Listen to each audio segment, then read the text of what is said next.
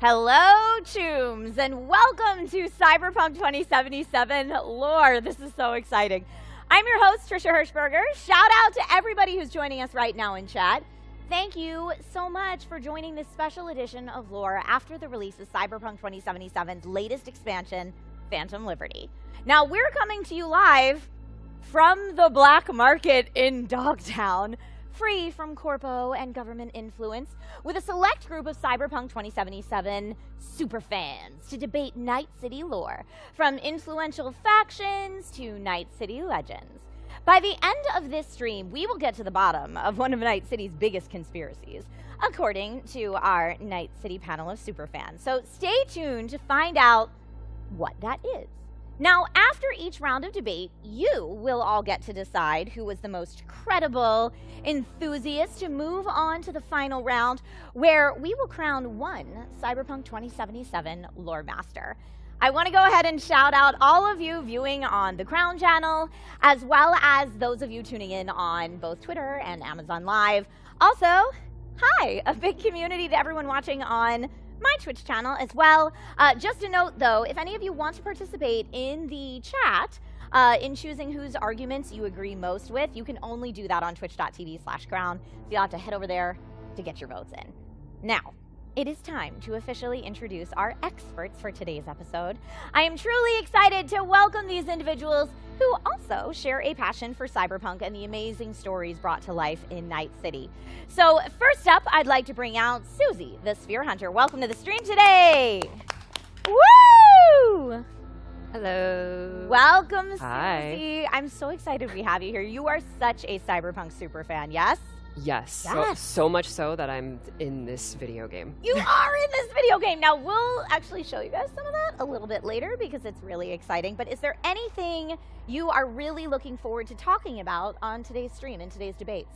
Oh yeah, you know, maybe a little bit of behind the scenes lore on some familiar characters pertaining to yours truly. And of course, just a lot of scary megacorps. A lot of scary megacorps, and honestly, a lot of us just kind of bringing up some of our favorite fan theories. It's going to be cool. So Definitely. Thank you for joining us today, Suzi. Also joining us on our panel today is Bruce Greene. Bruce, welcome to the stream. Woo! Bruce! Oh. Wake the F up, Samurai Trish. We got a show to burn. Okay, this is my favorite look on you maybe Oh, ever. Thank you. Bruce, tell us about this inspired cosplay that you got going on here. So the costume department over here did Victor Vector, a.k.a. Vic the Ripper Doc. And it's amazing. It's fantastic. I didn't do anything here. They did everything. So I want to make sure the credit goes where it should. Well, you look awesome. You look like you belong here in the black market with us. And I know for a fact that you're a Cyberpunk super fan. Oh, I love it. How long have you been playing Cyberpunk? How many hours do you have into Cyberpunk at this point? I think I've got almost 200 hours, which isn't that many, I guess, as a super fan. But I've been playing since the very first day Cyberpunk came out. And I just loved every minute of it. Like, every single minute of it. I could play this game forever. Yeah, it's absolutely awesome. So thank you so much, Bruce, for joining us. Of course. So excited that you're here. Yeah. Folks, also joining us today, we have Alannah Pierce, bringing the knowledge. Alannah, welcome! Alannah, you look so good too. I'm getting flashbacks of meeting your character in the game. Yes. And I see you here today. What did you do with my car, though? Trish! And moving on. Betrayal! You know, I'm not going to admit that. Alannah, thank you so much for joining us today. Thank you. I'm so excited for you to bring the passion to the Night City debate. Very excited to be here. How cool is this set? It looks amazing. So cool. And you look incredible. You look incredible. Gotta thank you. I'm honestly just loving feeling like we're in the video game. Yeah, it's we're great. going to be able to talk about some of our favorite things about Cyberpunk 2077. So thank you so much for being here, Alannah. This is going to be great. Yay! All right, and rounding out our panel of superfans today, we have Parris. Parris, come on out to the stage. Yay, Parris! Woo! Parris, welcome to the stream today, my friend. Oh, thank you for having me. Absolutely. It's so awesome to have this specific panel of experts. Parris, is there anything in particular that you're like, I'm going to argue this today, and it's going down? I don't know about argue, but I'm very excited to finally go see Hanako. All right, perfect. Well, thank you all for being here today. Thank you all at home for joining us as well. We are truly excited to have all of you here with your boundless Night City knowledge. And I think it's time to officially kick this thing off. I agree with Keems. I hope I said your name correct in chat. Said, what an awesome squad. I do think this is an awesome squad, and I am so excited. So let's go ahead and dive into Cyberpunk 2077 lore.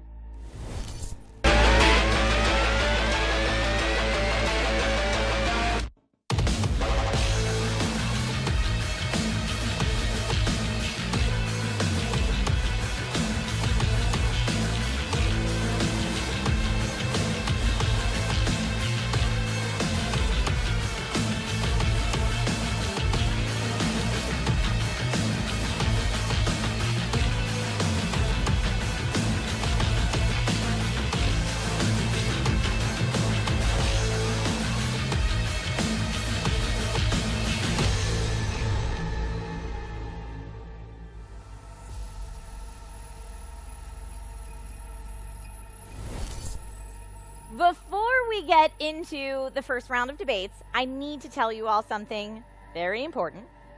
Phantom Liberty is here, which is why we're celebrating today.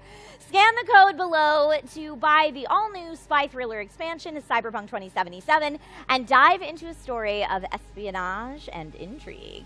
Now, if you already own the base game, you can purchase Phantom Liberty and jump in immediately. Or if you're a brand new player, first of all, welcome. Grab the Cyberpunk 2077 and Phantom Liberty bundle to experience the original story and launch into the high-stakes expansion right over there. Phantom Liberty is available on Xbox Series X and S, PlayStation 5, and PC. So don't wait, scan that QR code right now. Although Night City does have a formal government, many citizens believe they are actually governed by whichever institutions or organizations currently have the most power. From corporations like Arasaka and Militech to gangs like the Mox and Maelstrom, there are many factions pulling the strings. Now, this leads us to our very first round of debate question. Who is currently the most influential Night City faction? We've asked each of our panel superfans to come ready to the debate on the following. Now, Alannah will be arguing for Militech, Suzi for the Aldacados, Bruce for Trauma Team, and Parris for Arasaka. First, let's learn a bit more about each of these influential orgs.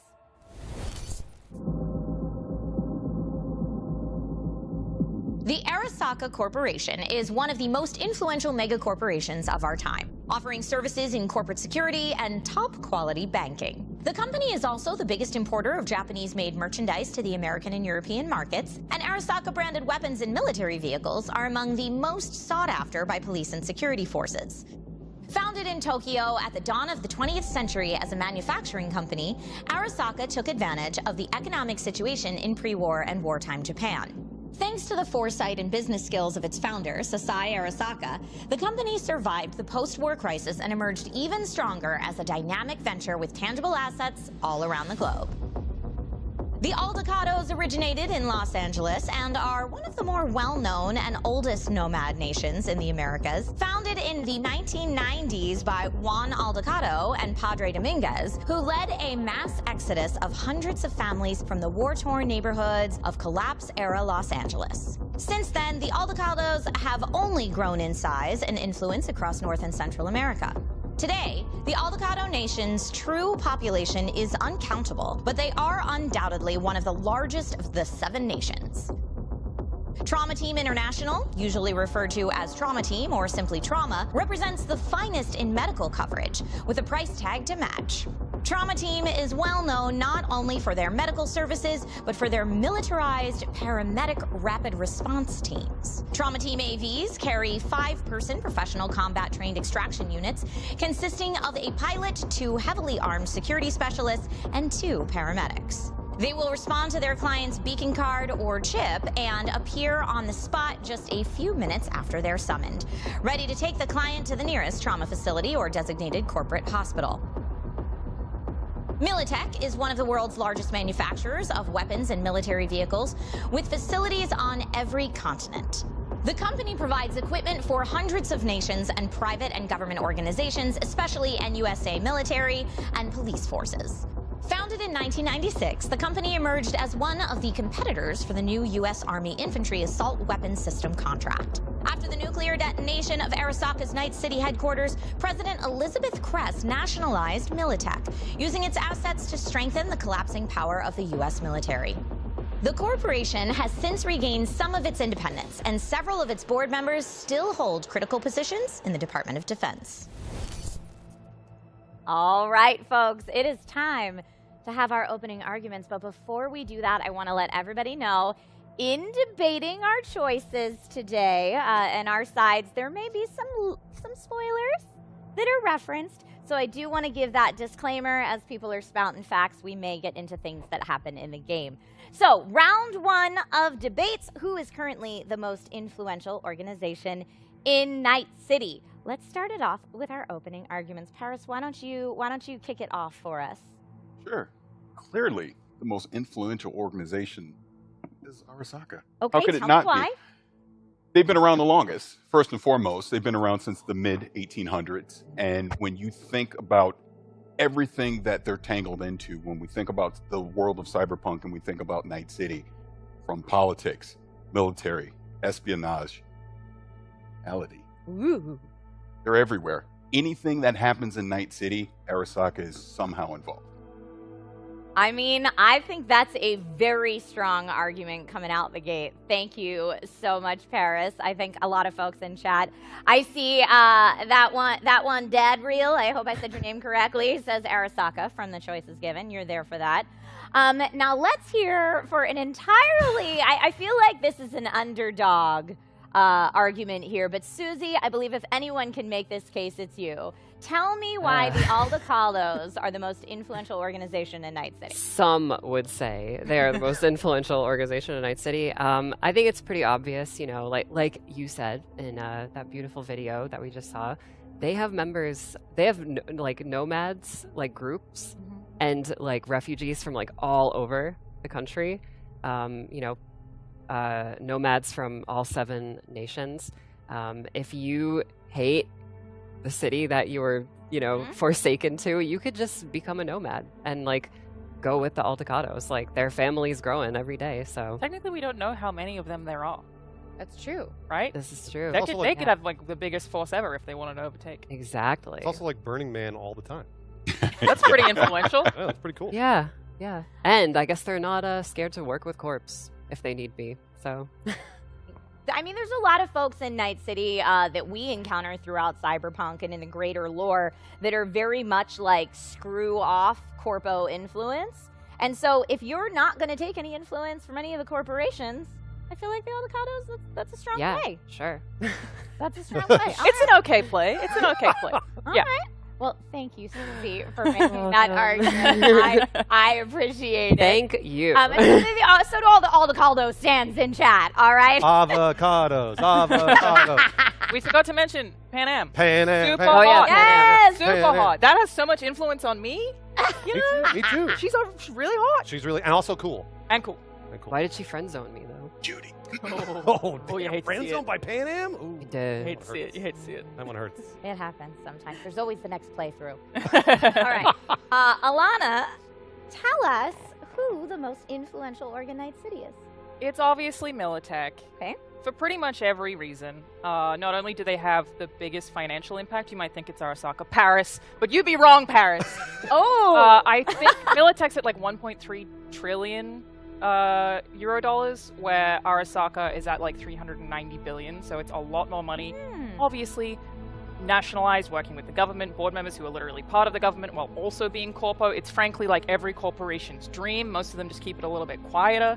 So they effectively have influence over everything. Also the economy, obviously, bombs are a huge part of Night City and everything in the cyberpunk world. So they have so much influence on distribution, on global wars. They have an international force, so probably the most internationally recognized of the groups. They effectively run the world and I hate it. I'm not in support. Also, at one point in time, they literally made all the weapons in the world. So Yeah, there were wars that basically like weren't going well, and Militech was like, we could make something that can fix that, and they did, and everyone just really make turned out great as a yeah, result. of course. there's a lot of people in chat that are loving the Militech argument right now. Nazoom says, I agree, my money's on Militech. Thank you for that. But Thank you for we don't like Militech, to be clear. No. they're influential. Yes, Who is the influential, most but we don't like them. influential? Who is the Agree. most Great. influential? Yeah. I mean, and to be fair, Militech is shiesty. I agree with you in chat, but that's okay. We're shiesty, but also Influential, influential. Yeah. Also influential. All right, Bruce, hmm make your argument for the most influential org in Night City. Trauma team? Trauma team. Everybody loves the trauma team, and there's one reason. I want to show of hands right here, right now. Who likes to be alive? Who likes to be alive? Yeah. Suzi? No, Suzi. Put that hand up. No. Everybody loves to be alive. Now, Oh, I like it. Trauma team brings people back from the dead on a regular basis. They have a scale, a sliding scale of death. Okay. They have death, I think it's 0 or death 1, all the way to death 10. If you're in death 1 to 5, you're good. They're going to bring you back. They'll also fight off all of the other people around you as you're dying. What if you're poor? Ooh. If you're poor, hear me out. Okay. This is crazy. Okay. This is crazy. Yeah. It's only 500 eddies a month for the trauma team coverage. That's way less than American healthcare, just so you know, by a long shot. But Night City is not in the new United States. It's okay. Yes, I know that's true, but we're paying a lot of money in real money here for actual healthcare, and the healthcare, they won't fight off people as they're coming to kill you. So if you're dying in an alley, That's trauma true. team's number one going to fight off all of your attackers, and then they're going to save you, and they're going to bring you back. They charge you 100 eddies a minute, okay? Yeah. Okay. But But alive. you're going to be alive. What about people who are more influential after they die? Because you can have influence post-death. Now, here's the thing. Yeah. Yes, you're a legend if you die, right? Of course. But you can have way more influence if you just live on forever. Okay. If you live on forever. It's hard to refute. Not with the Arasaka soul killer bullshit, because that sucks. That all sucks. You want to be alive. Not an Ingram. Bruce, Okay. I feel like you were bringing in some TTRPG knowledge Was I? into that argument. I've never Yeah. I've never played the TTRPG, so I don't know. This was All all right. just you're, from You're so lore. immersed. Yeah, in that's the exactly game right. that Yeah, you're that's right. bringing in all the knowledge without even knowing it. Paolo Sasko says, Bruce came prepared. Yes, Pavel. For Trauma Team. I love it. I love it. Pavel. All right. I believe it's time for some community questions. Now we've got a team that's watching chat as well as Discord, some different places to bring some community questions into this debate. Ooh, this is a good one. I'm totally going to butcher your username at Eliraira, maybe?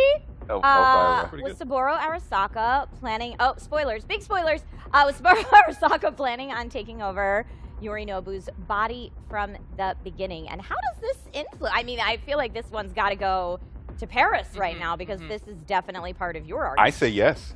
Okay. I absolutely. This is to quote from a certain franchise that races cars. It's all about family. But it makes Okay. sense that because at this point I'm doing bad math. He's almost 150 years old, Sure, give yeah. or take, Yeah. right? So this is the whole point of when we think about Cyberpunk 2077 and everything that happened with Johnny Silverhand, and we think about the Relic and we think about Soul Killer, all these things combined, this is what it was leading up to, because he wants to live forever. Mhm. He's been around, like he's been in control of Arasaka since 1960, I believe, right? Yeah. He wants to stay in power. It's all about power. Hard So agree. what do? You basically become one of your family and you live forever. So The yeah, younger version absolutely. of yourself, yeah. basically, Definitely agree. Like, that was the plan probably for a really, really It's a long plot time. from the Wolverine. If you've ever seen that. Oh, yeah. God.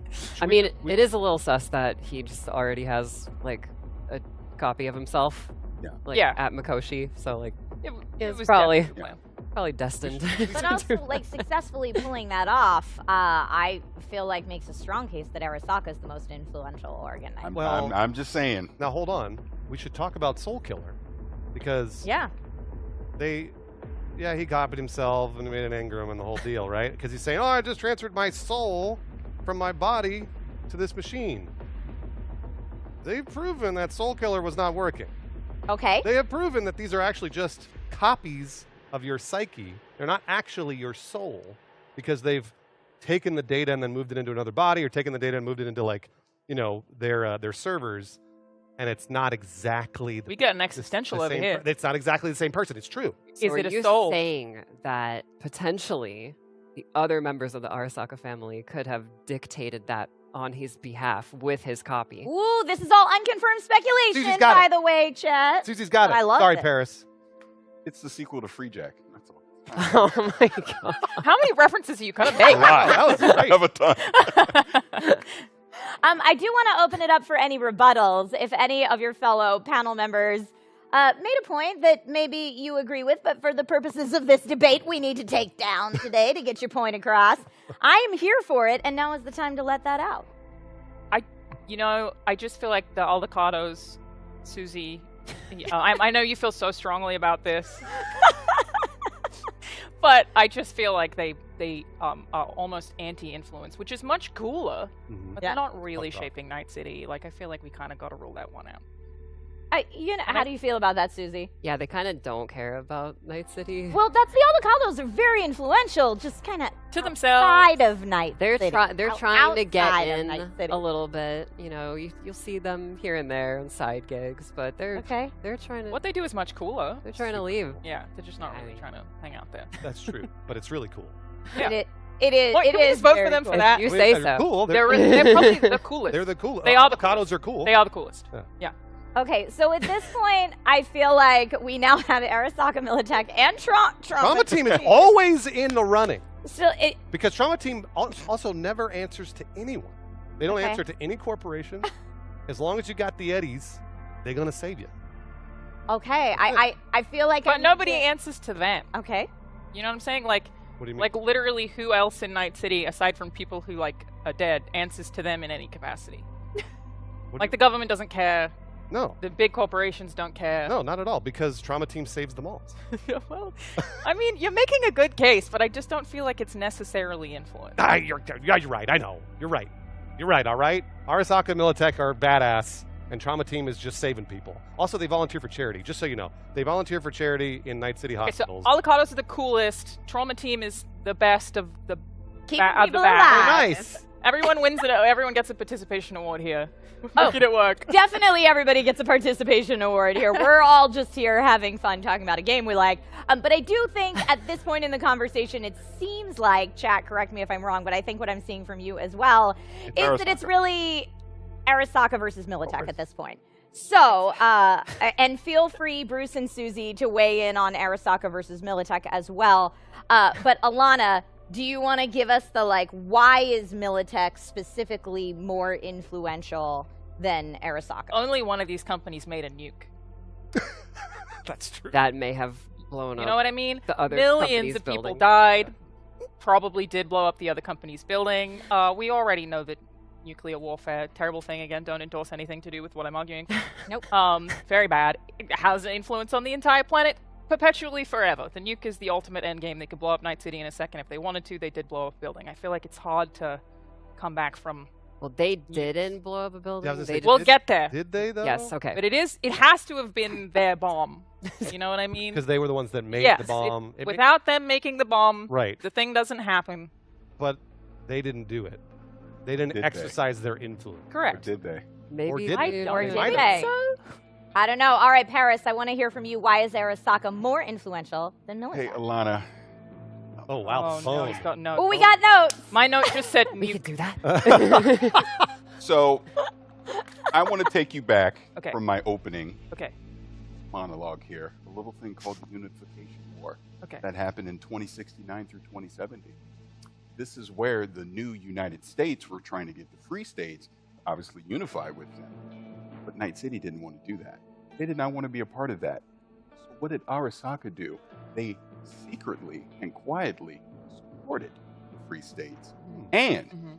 not even looking at my notes, in That's Coronado Bay, Dead. yeah, in Coronado Bay, they introduced a supercarrier, which then forced the hand of the president of the new United States to now sit down, have a peace treaty, and grant Night City their complete freedom. So they do not answer to the government anything. They're completely self-sustained. And this also allowed Arasaka to now come back with an influence in basically the continental United States, because most of their influence after they lost the Fourth Corporate War to Militech, they Yes, did lose. They did. But because you had Saburo Arasaka and he was a genius and he rebuilt Arasaka, the corporation, into what it is by the time we get to 2077. So because of that influence that they used in Asia and Europe, and then helping Night City, they now re-entered Night City, rebuilt a tower that was destroyed allegedly Sounds by like a shabby Johnny startup Silverhand. to me. I'm just saying, the alleged Johnny Silverhand blowing up the tower, they rebuilt it in Night City, and now they are the de facto power in Night City. Alannah, how much was it for Militech? Was it 1.3 1.3 trillion to their, I think, like 800 billion. You make a great point. I would take Europe away from them. Militech is like objectively more powerful in Europe. I think that Arasaka has specifically Night City and specifically Japan, but it's America, baby. All they care about is America, baby. Militech is America through. No, stop that. Militech is America through and through. They have so much loyalty, and I think that it's even difficult to like use the things that we know Arasaka has done because we know that the military's up to a lot of shady stuff that we don't know what they're doing. Militech, they're doing plenty of stuff behind the scenes that nobody even knows about. Easy to cover that up. We could go all out on conspiracy theories, and we'd probably be right about like 50% of them. It's and nukes. Look, You know? Militech, we get it. They have a lot of cool weapons, a lot of cool stuff that they create and they use around the world. But we're talking about Night City. And in Night City, Great point. their influence pales in comparison to what Arasaka has. If anything, Militech has a bigger presence out in the Badlands with the avocados and Pan Am and all them than they do in the actual city. The point is, The avocados now. the point is, anything that happens in Night City, Arasaka has their fingerprints on it. Militech cannot say this. All right, I want to hear from Bruce and Suzi. Which side are you taking, Suzi, Arasaka, or Militech? Definitely Arasaka, but I do want to say, Parris, have you heard of the Sino-Shore program? And how Perhaps. scary that is? Perhaps. That's a pretty scary Militech Yes. thing, right? I guess But I it- can't really but talk it- about it, though. well, right? I guess I can't really talk about it. Yeah, Arasaka. Yeah, they run the city. All right, Suzi's team, Arasaka. Bruce? I'm going Militech. So Wow. Militech is speak softly and carry a big stick. That's what I'm Now, saying. Militech could exercise their influence on Night City whenever they want, because they are almost double the value of Arasaka. But they don't.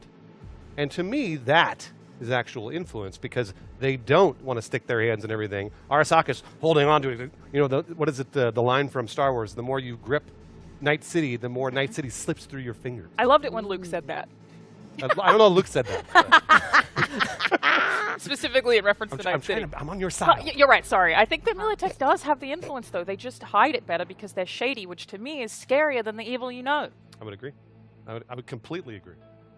Time the Storm in chat says Militech is under wraps, only influential when they need it.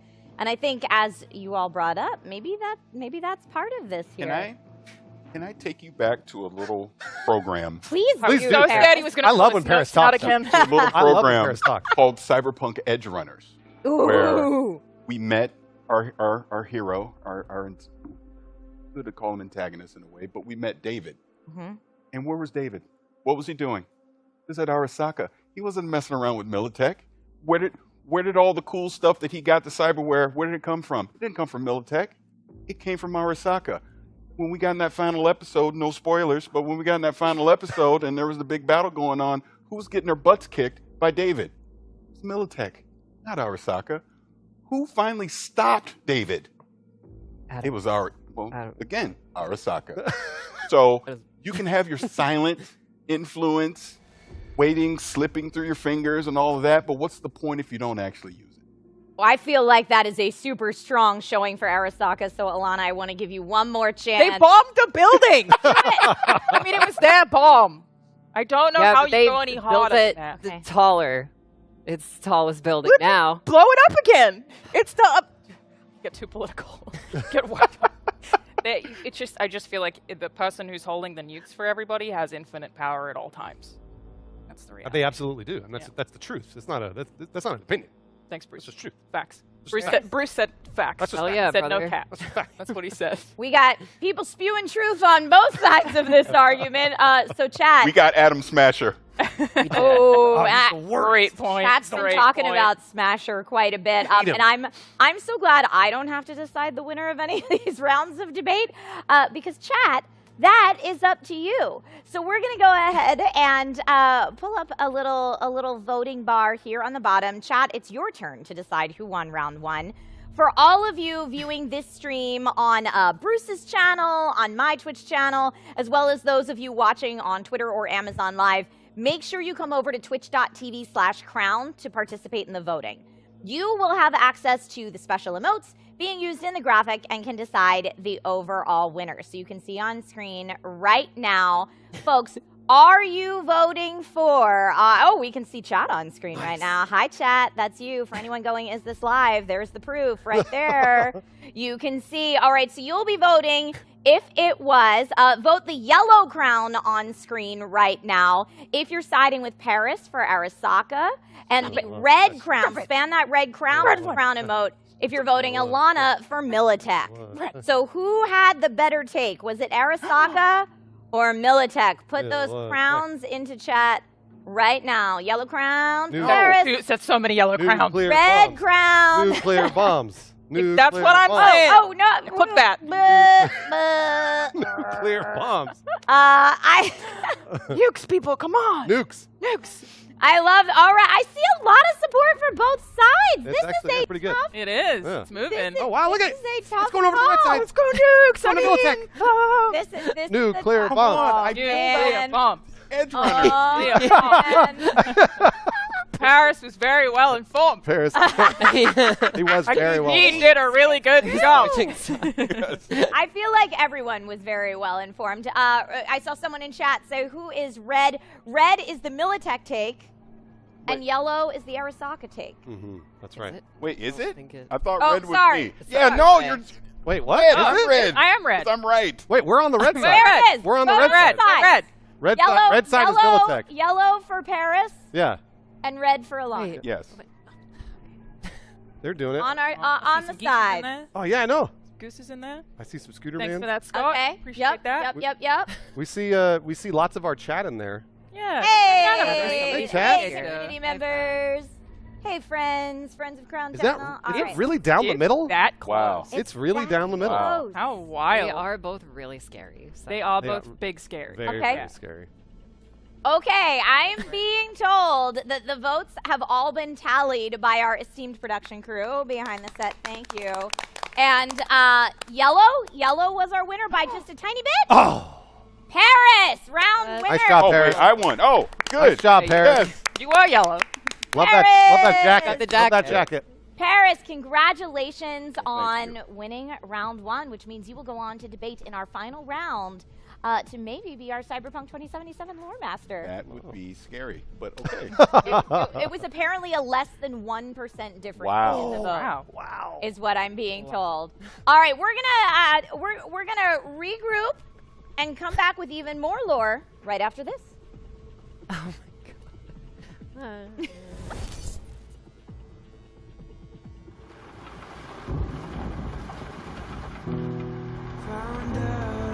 Clock's ticking. Relic will finish me sooner rather than later. Think this is it, kiddo. I made so many mistakes. Johnny! Did terrible things. You claim to be an agent now. So act like it.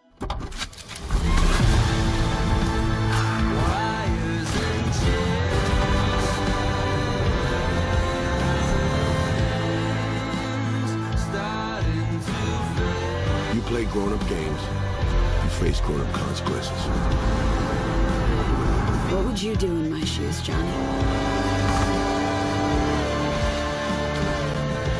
You're up against seasoned players. So go out and play. Just don't get played.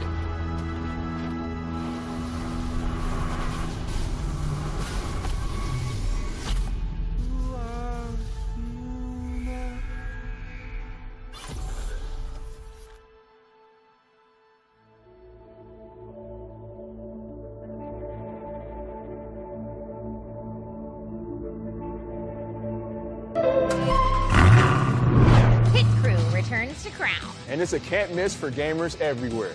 We're mashing up gameplay and custom builds. With a hook you won't believe. Oh, let's go! During matches, we're upgrading the experience for the amateurs. Oh, love the peel. And downgrading the pros. That is the stuff nightmares are made of. Somebody's got to play with this. Tune in Tuesdays starting October 3rd at twitch.tv/crown.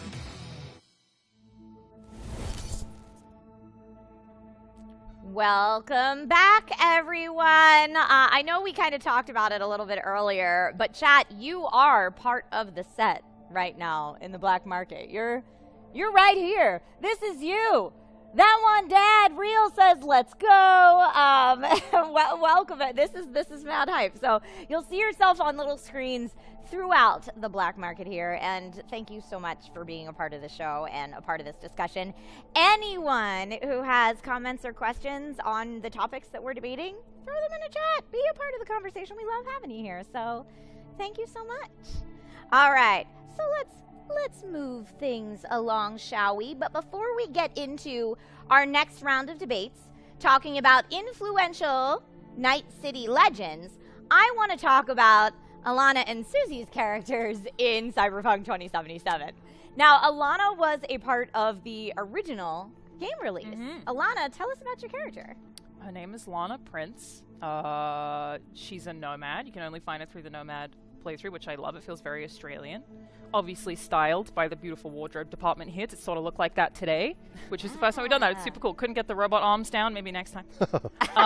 And yeah, she's really going through a tough time. She's going through a tough time. She does have a cool thing for you if you take it. Okay. Trish. Yeah. It's been so fun, like, over the last 3 years, non-stop having people tell me what they did, or be like, "Oh, I gave you the money," or like, "Oh, I took your car." It's like, it's such a like cool ongoing thing. And it was actually especially really cool when it came out during the pandemic, because, you know, none of us had social lives. I was living in this tiny studio apartment, like I never went out anywhere, and I had so many people post photos from photo mode of themselves next to my character, and it's like we're hanging out. The community is alive, and it was like actually a really, really nice thing for me to see all the time, of people being like, you know, because you can do such cool poses in the photo mode. Yeah. It was like a really fun thing that I like still have people share with me all the time. So. Oh, that's amazing. I Very feel cool like opportunity. I see your character on my timeline all the time of people sharing it. I like sharing it. It's still a really cool. I mean, cool. I'm such a fan of CD Projekt Red, and I love Cyberpunk, and I always have loved Cyberpunk. And when they even asked me, I was like, "Are you sure? I'm not very good at this, but also, oh my god, really?" So and cool. it's like one of my proudest accomplishments ever. I'm so happy that I could be a part of it. It's awesome. And Yeah. be here with you all today. It's wild. It's wildly epic to be a part of the living, breathing lore of Cyberpunk. Totally. 2077. Yeah. Very cool. But Alannah's not the only one on stage who's a character in Cyberpunk 2077. Suzi, your character, Stella, was introduced in Phantom Liberty in this latest expansion, but she and her sister Sasha took down an important organization together before the events of 2077. Can you tell us that story? Okay, so if you guys watched Edge Runners, as Parris brought up earlier, there is a music video tie-in for that anime by David Podshadwa, who made the song Let You Down, which is all about Sasha and her struggle against Biotechnica, who is another scary organization that we're not going to talk about today. But yes, so Sasha and Stella's mother fought in the Unification Wars, aka the Metal Wars, you know. So, and their mother, Galena, actually started to experience some pretty intense side effects from a drug called Securacine that she was kind of like forced to take. It's a painkiller made by Biotechnica.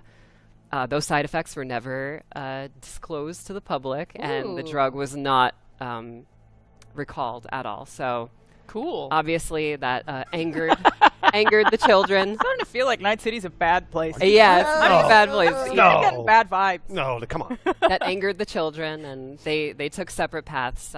Stella became NCPD to kind of follow in her mommy's footsteps, and Sasha decided to take to the streets with the Edge Runners crew, Maine and Rebecca. Funnily enough, she was actually their net runner before Kiwi. So unfortunately, during her final mission, she didn't survive. And yeah, she kind of lives on now through the fan community and through Stella and Phantom Liberty.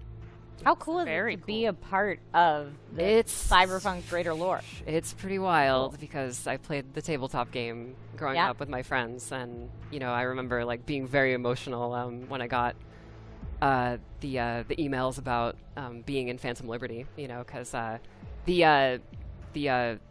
anime contribution was pretty small, but you know, that was a lot of emails back and forth, kind of like making things happen, and that was really fun. But then when CDPR reached out to me, they were like, hey, we want to like put you in the game. I was like, oh my god, okay, this is great. Like, you know, I may have told a friend or two, but friends that I played the tabletop game with back in the day. So yeah, I mean, that's pretty much her story. I hope I didn't leave anything out, but yeah, definitely very, very so fun. Cool. So yeah, check out Stella and Phantom Liberty. Yes, she's very silly and she's well hidden. You're gonna have to look extra hard. I ran right into her, by the way. I blasted through that DLC and ran right into her. Yeah. I love it. I love it. And speaking of the awesome folks at CDPR, I know we have at least one, if not more, CD Projekt Red folks in chat. So thank you for joining us today. Pablo Sasco. I know Pablo's in there. Hey, Let's go, Pablo. Right, that's what I'm saying. Let's go, Pablo. All right, folks. It is time for round 2. Night City has a long list of legendary individuals who've made their mark and helped shape the city into what it is today. In round 2 of our debates, we will ask the question, who's the most significant Night City legend? Since Alannah and Parris argued their sides last round, Bruce and Suzi will each be arguing for their selected legend with some help from Alannah and Parris. Oh my god, help me. Bruce will represent Johnny Silverhand, and Suzi will represent Rogue. Let's kick this off with some background on each of these Night City legends. Born in Texas as Robert John Linder, Johnny lied about his age in order to join the military, fighting overseas in the Second South Am War. His experiences there disillusioned him, leading to his desertion and a long on-foot journey back to the U.S. Once returned, he moved to Night City and adopted a new name and a new arm, and became a fixture in the local music scene. Between gigs with his band Samurai, he moonlighted as a merc, favoring any jobs that let him work against the Arasaka Corporation, for which he harbored particular resentment.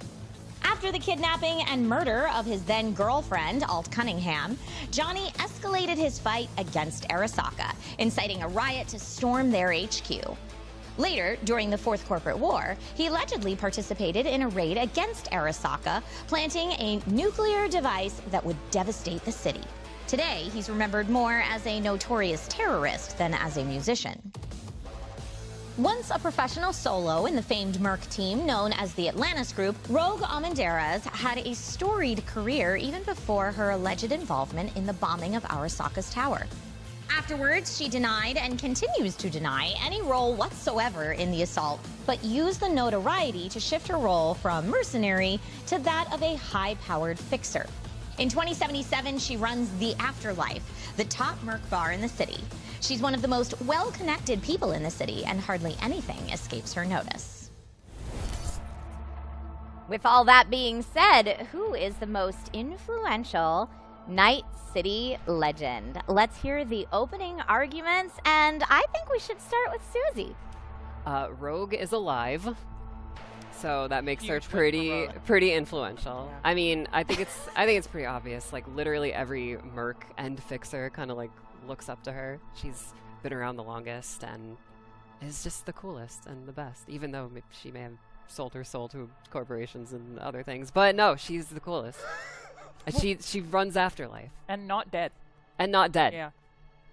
That's a very important fact to state.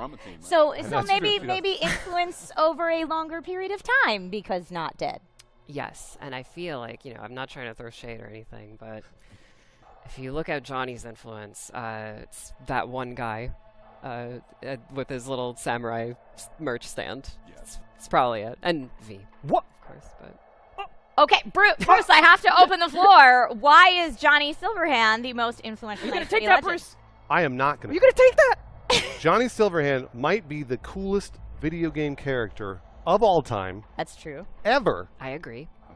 I also think Rogue is very, very cool, by the way, just so you know. Johnny Silverhand, what did Alannah say earlier? That if you die, You can be more influential after death. you Yeah, become a most legend. people are, Yeah. Johnny Silverhand is a legend, and he is what we all want to be. Not only did he rebel against the military when he left the military, not only is he rebelling against corporations, he's doing it for the right reasons. He's saving his girlfriend, Alt Cunningham. He's why are you laughing? No, I'm not. He's It's very I mean, serious. Saving- we're laughing I because would he never did a laugh at really good job he did it for love. at saving her. He did it for life. Yeah, look, he's going up against maybe the most influential corporation in the world, Arasaka, and he's doing it with only a few people. Rogue included, by the way. Rogue was there for the raid. So not only is Johnny Silverhand a badass, a rock star, a playboy, but he's also Dead. no. No, sorry. There's an Ingram. If we consider that alive, then there's an Ingram of Johnny Silverhand who's still out there exerting influence on V It's true. in Cyberpunk 2077. And the video. V is influential. And V is influential. Thus, technically, Johnny Silverhand persists in influence. Exactly. Thank you, Alannah. Thank you. So, Alannah, are you taking the Johnny side of this argument? I'll take whichever I feel like at the time. Really. Kind of whatever works. Okay. Yeah, either is good. Yeah. Both are influential. I'm probably gonna go with Johnny just because I think he's cooler as well. He's pretty cool. He's, I mean, undoubtedly, Johnny is very cool. Yeah. But who is most influential? Paris. Can you weigh in here? I need names. I need dates, dude. Come on. Bring out the Need to dog, win this. Doc Parris. We need to- All right, he's got them all there. Suzi, I hate to do this to you. Oh, no. But I, to the point you made, in death, Johnny became a legend. He's a legend throughout Night City for what was it, the past 50 years of his death. Yes, Rogue is still alive. Yes, Rogue is looked up to by people in the underbelly of Night City. Obviously runs the afterlife. But if I have to think about the most influential, it would have to be Johnny Silverhand. Are there even rocker boys? 2077? But that's kind of the point. There aren't any rocker boys. There's like one. There's Harry. one, yeah, and he's a mess. So Yeah. the legend of everything that Johnny allegedly did, Allegedly. at Arasaka Tower, he's a legend, absolutely. I feel like with being the samurai. last rocker boy is Yeah. legendary in and of itself, just not that influential. The question is legend, right? The most influential Most legend. influential. Yeah, the most influential Night City legend. All right, at this point, I want to bring in a community question, which I think is going to feed into the maybe last rocker boy or maybe something else. This question offends me. At Corgopolis says, was Johnny Silverhand a cyber psycho? This offends me. All right, Bruce, why does it offend you? A cyber psycho is somebody who has lost their conscience. They've lost touch. They don't even know what they're doing anymore. They're controlled by their cyberware. Johnny Silverhand's the opposite. He's out there again. Living free. He's living free as a rocker boy, and maybe, in my opinion, the leader of the rebellion that will eventually take down all of the evil corporations in Night City. Yeah, I would say he just has PTSD and he's extremely selfish. Ooh. Yeah. Definitely doesn't have cyber psychos. I agree. He's not a cyber psycho. Oh, thank you. Yeah. Okay, great. He Yeah. doesn't have that much chrome either. He kind of just No. has Just got the arm. Yeah, That's it's about probably it. not enough. You can have mental health issues and not be a cyber psycho. Still canonically Yeah, in the cyberpunk yeah. world. Right, right. Yes, these are definitely different Oh, things no. for sure. Thank you Paris, for, what do you got, Paris? for laying Yes, that out. Barrett. I agree with everything you said, but I just purposely want to argue the other side. Let's do it. do it. Yes, I want to hear it. I love by simply saying that, again, I will bring in Cyberpunk Edge Runners, and I will bring in David, who also suffered from cyber psychosis by the end. But it's the love that Johnny had, not only for Alt Cunningham, but also Rogue, that kept him sane. True. So that would ultimately then be Rogue's influence. I see. What Making Oh, her the okay, most wow, nice, Trish. influential Yeah. character in Good Night point. City. I see That's what you right. did there. I see some folks in chat weighing in. I think everyone agrees with Bruce's take on the cyber psycho question.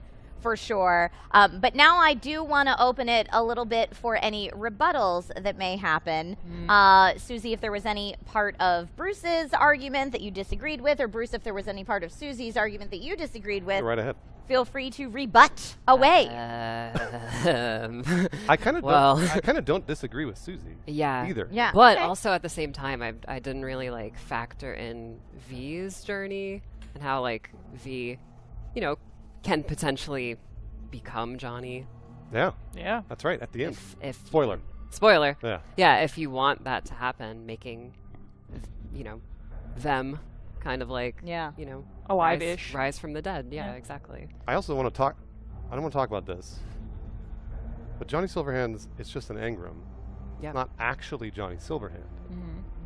So I know I'm arguing against. Yeah, my, are you arguing against your own But position but here? let me bring it back around. Do it.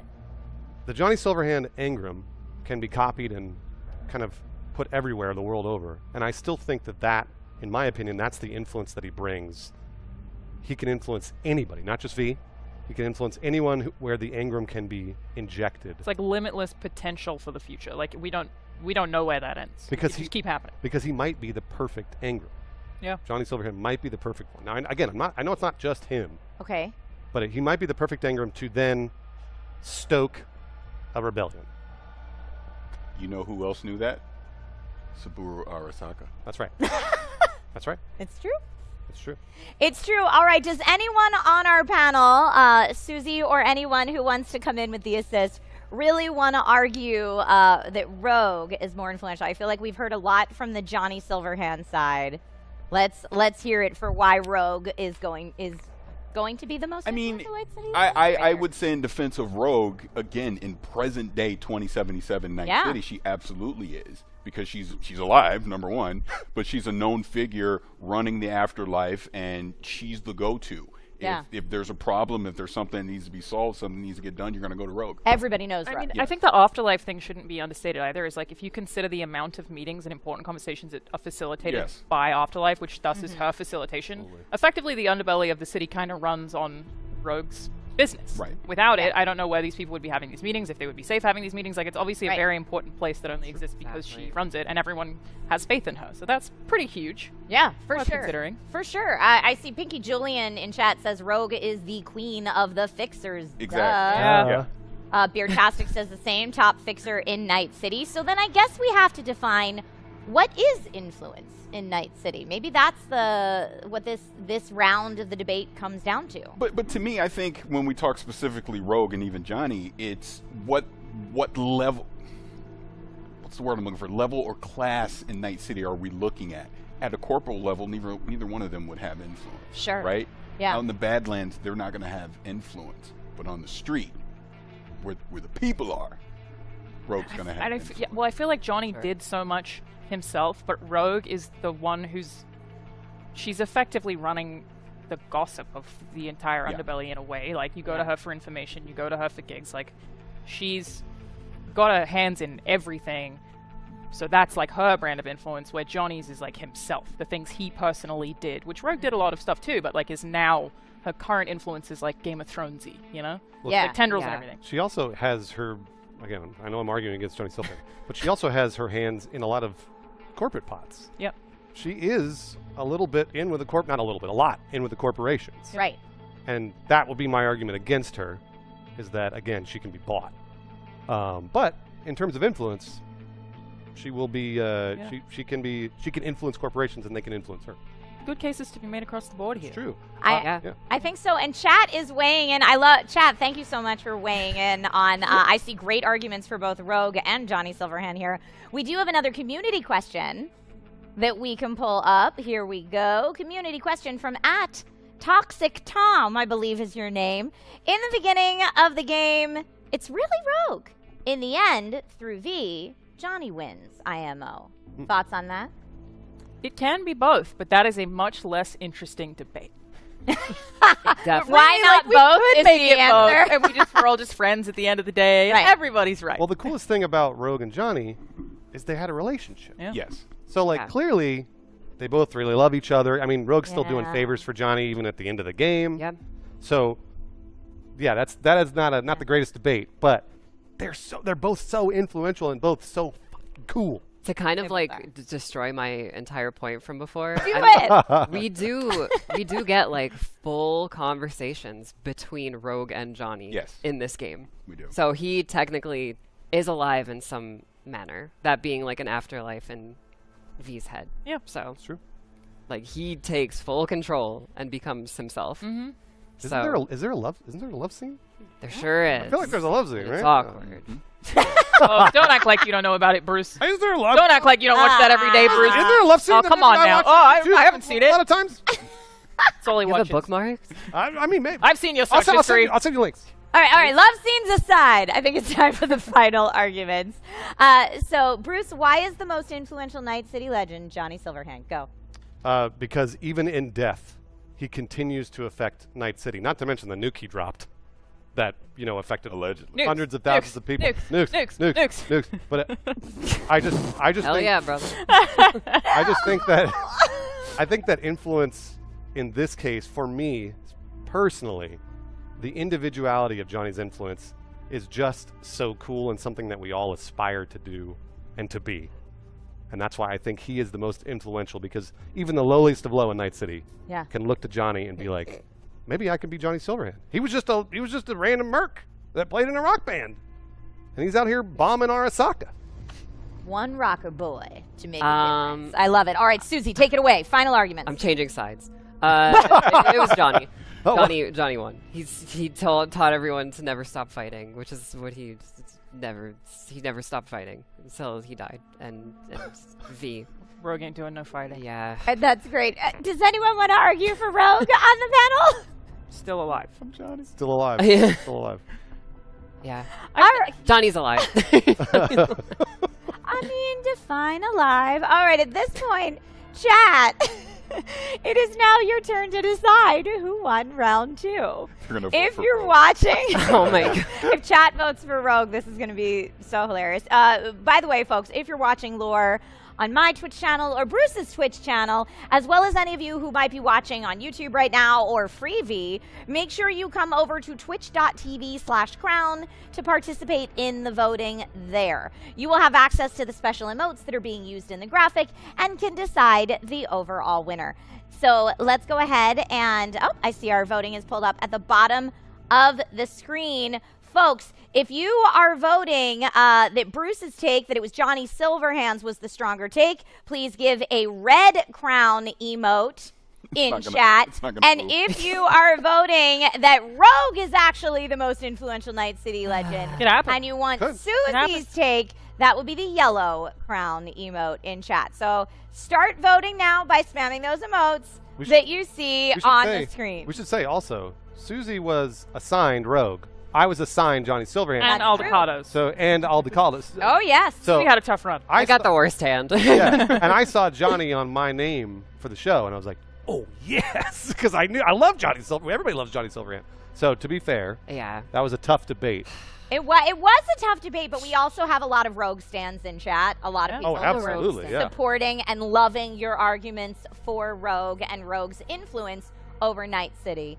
I loved what you said about not only being influential in 2023, but also in 2077. So if we're doing influence over the test of time, I think there's a strong argument to be made there. And top fixer in Night City. We are getting a fair amount of yellow in chat. We are. I saw somebody who emoted, like a 50-50, red, yellow, red, yellow. Yeah, that's cute. Love that. I would love to say that it's 50-50, but I've just been told that the votes are in, and Bruce is our second round debate winner it's with Johnny. Johnny Silverhand. I give all credit to Johnny here. It's true. But Guys, thank you, I everybody. think the game is fixed. Okay? The game is fixed. The whole Cyberpunk game? Oh, yeah. That too. too, right? But seriously, thank you, everybody, for bringing your opinions and your passion for Cyberpunk lore for round 2. That was awesome. Before we go to break, I need to let you in on something, everyone watching at home. Prime members, scan the code on screen right now to claim the Chesapeake Smart SMG, an iconic weapon straight from Barguest's illegal stash. Like the finest hunting dog, this Chesapeake Smart SMG will dispose of your enemies with precision. Equipped with an iconic mod, it grants increased movement speed on kills and dismemberments, as well as greater armor penetration. The faster you move, the more damage it deals, and all bonuses remain active as long as you're swapping between Barghest weapons. Don't wait, because it's available for a limited time. And, again, exclusive to Prime members. So, just over here, check it out. All right, folks, don't go anywhere, because we'll be right back.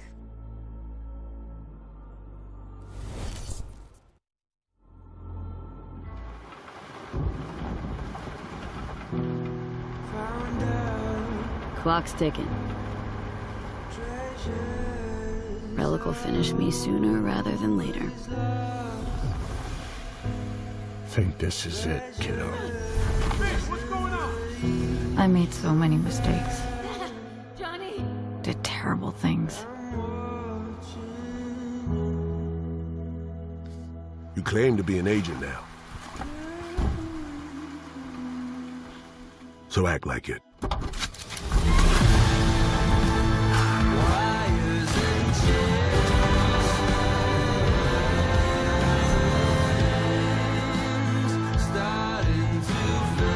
You play grown-up games, you face grown-up consequences.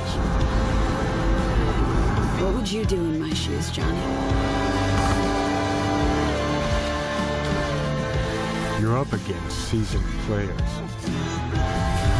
So go out and play. Just don't get played.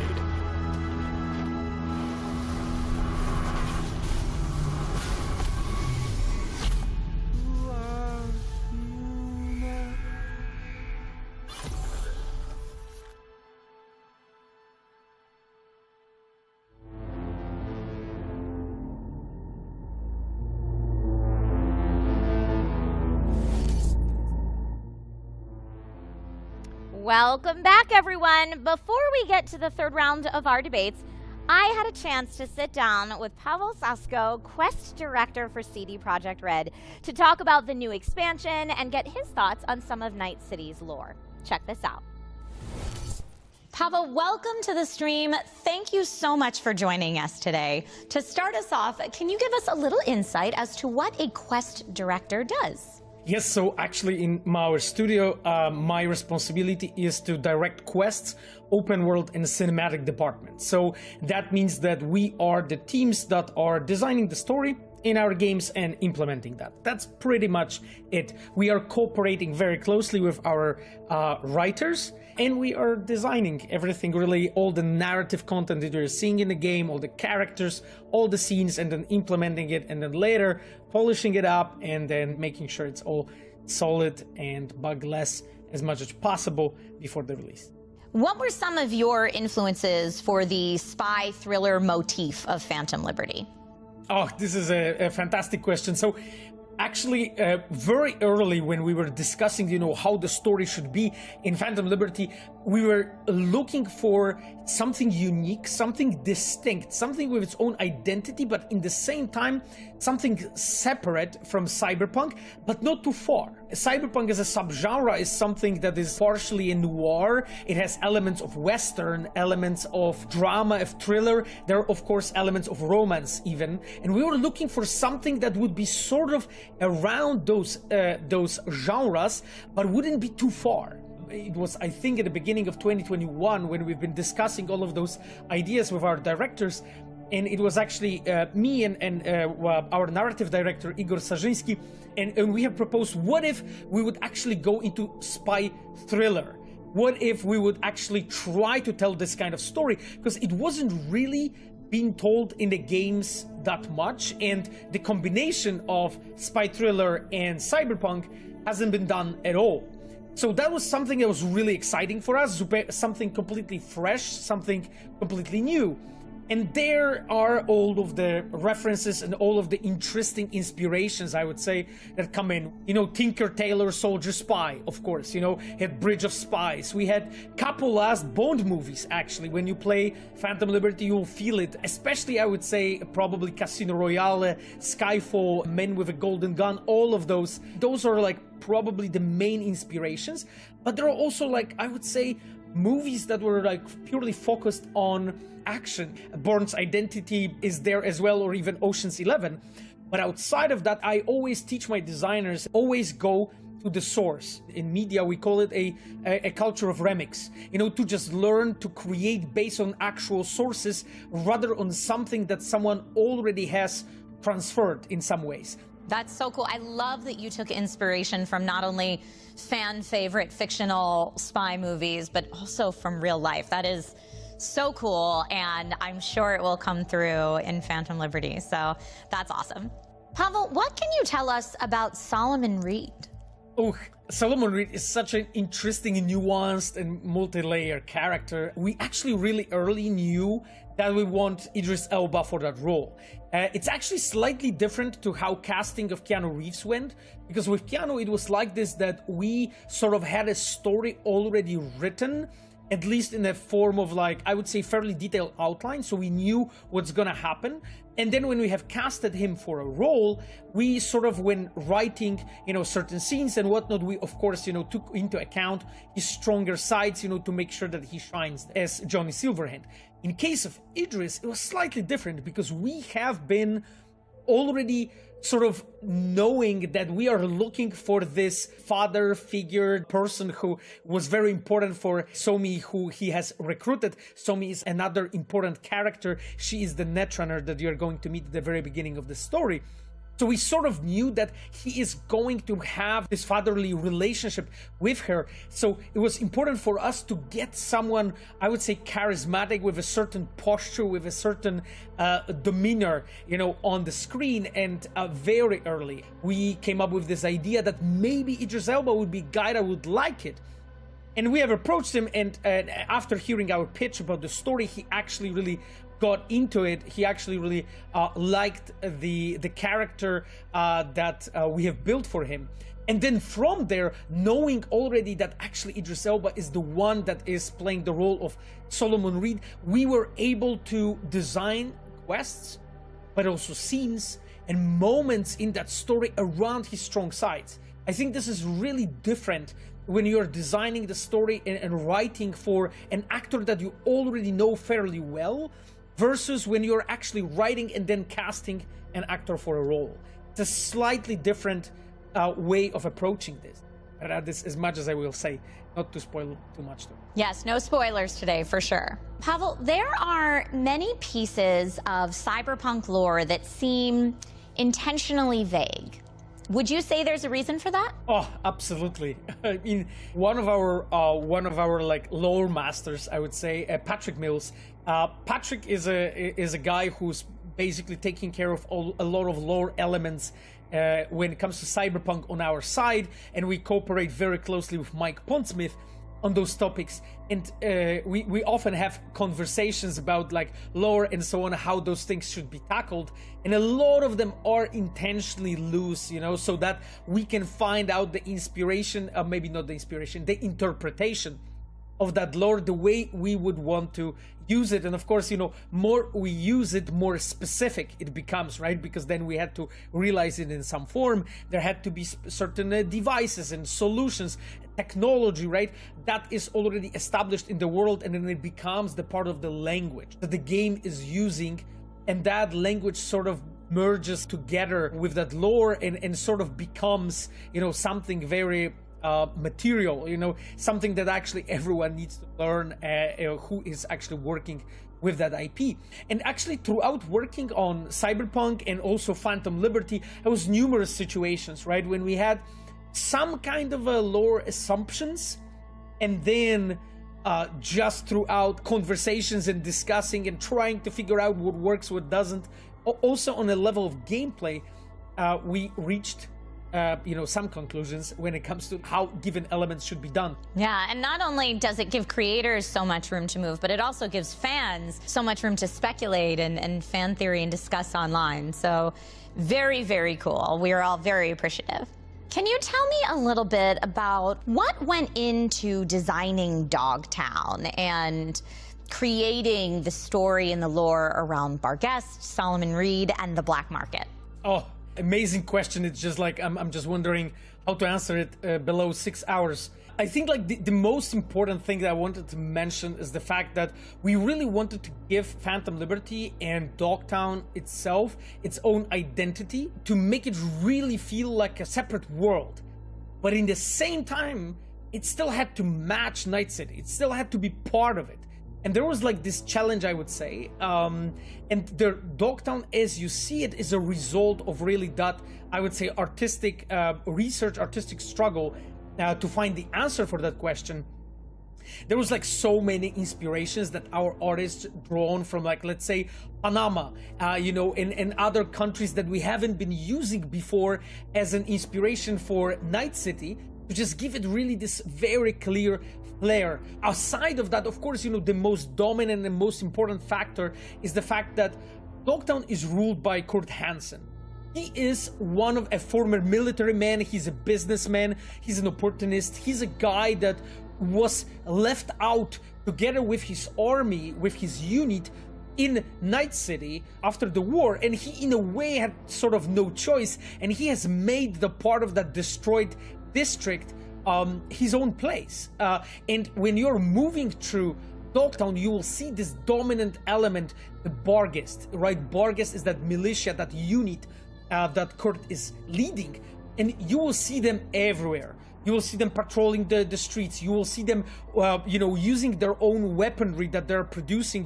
It's covered with this like sort of greenish paint.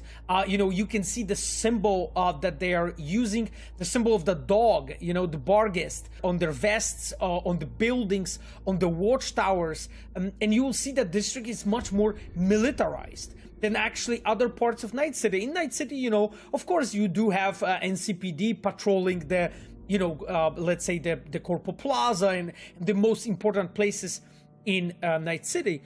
But Dogtown is completely a different level, right? It's a level of military at this point. Now, Pavel, you kind of talked about this a bit earlier and how your choices of elements that go into the environment help to tell the story and build the world. But as the Quest director, what is your philosophy on how a story unfolds in a game? Is it through environmental clues? Is it through cinematics and dialogue? Tell us a little bit about your philosophy on that.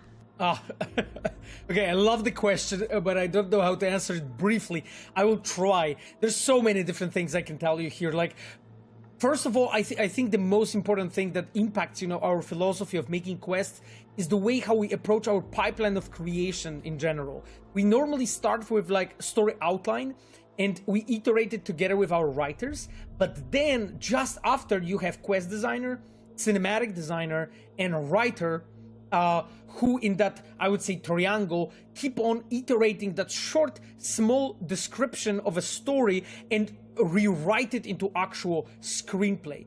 And when you will look into Phantom Liberty as an expansion, you will see that our, I would say, style has evolved a bit as well. I really am a believer that it's really important for the creators to understand genres. Writing a Western is not the same as thriller. Tragic comedy is not the same as tragedy or comedy. There are certain elements of those genres that require use of certain elements, and knowing that and understanding how to do it actually allows you to build such a more captivating story. When you'll be actually exploring the Phantom Liberty, you will see that there are quests that have a completely different atmosphere. There are even different genre, and I've read already some of the reviews of Phantom Liberty because they literally went out just recently. And I've been reading about like journalists actually seeing that and being really captivated by this. Because I think that we have grown from Witcher 3 through Cyberpunk to Phantom Liberty to really know and understand what kind of elements we should use to tell good stories. I think like this is really like, I would say, the fundament, the pillar of my philosophy. How do I approach the quest design? And of course, there's so many things connected to, of course, how we are building the non-linear narratives while in the same time trying to keep our characters captivating and making sure that their story arcs are developing, right? Like the character shouldn't be ever at the end of the story the same as it was at the beginning, right? The character should be developing and changing. Your character needs to be challenged all the time throughout that narrative. So I always pay attention to that with my designers, and of course, here, other leads, other directors, specifically our director of the story, Tomek Marchewka, and our director of the narrative, Igor Sarzyński. They had huge impact on that, how we tell stories, and we always, three of us, sort of try to figure it out together, how to make it in the most captivating way. I could add you lots more things, but this will take me forever to answer this question. I think those would be the most important, I would say, pillars of my philosophy, how we approach that question. Thank you for that. It's fascinating to hear you wax poetic about that you're so passionate about. I can honestly see what a tough juggle that is to balance keeping your characters motivated and having a story arc, even though it's such a non-linear format. So hats off to you. Well done. Thank you so much. It's a great pleasure. I will really be looking forward to the show. I'm really a fan. It's a great pleasure and honor actually to be talking to you. Pavel, thank you so much for your insights. That was absolutely fascinating. Folks, one of the biggest events that turned Night City into what it is in 2077 was the Fourth Corporate War between Arasaka and Militech. In August of 2023, the violence of the war came to its apex when Arasaka's headquarters in Night City were blown up. Despite many theories, the truth of who was ultimately responsible has never been revealed. Take a look at this. In a world beset by endless brushfire wars and deadly games of espionage, it is certain that at some point a conflict will boil over and become a world-shaking event. In the Fourth Corporate War, the two largest private military contractors, Arasaka and Militech, were contracted by rival maritime corporations in a fight over disputed corporate assets. What began as a covert shadow war erupted into all-out global conflict within a year, as both mercenary armies, long rivals, launched increasingly deadly reprisals against each other. Many cities were devastated and millions of civilians were killed before the conflict was over. Neither side in the war was ever able to claim any sort of real victory, although their marketing would have people believe differently. And both sides effectively fought until continued conflict was impossible for either. Nearing the end of the Fourth Corporate War, a crew of mercenaries featuring Johnny Silverhand, Morgan Blackhand, and Rogue allegedly raided the Arasaka HQ in downtown Night City and detonated a tactical nuclear weapon. The destruction killed hundreds of thousands, and 1 million more are estimated to have been killed from radiation and other causes in the aftermath. The motives of the crew and if they were working alone that night or had support remain unclear even 50 years later.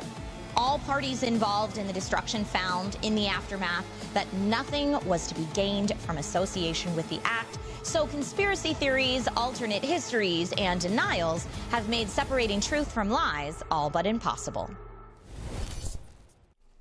All right, everybody, welcome back. We are here and ready to dive into our final debate.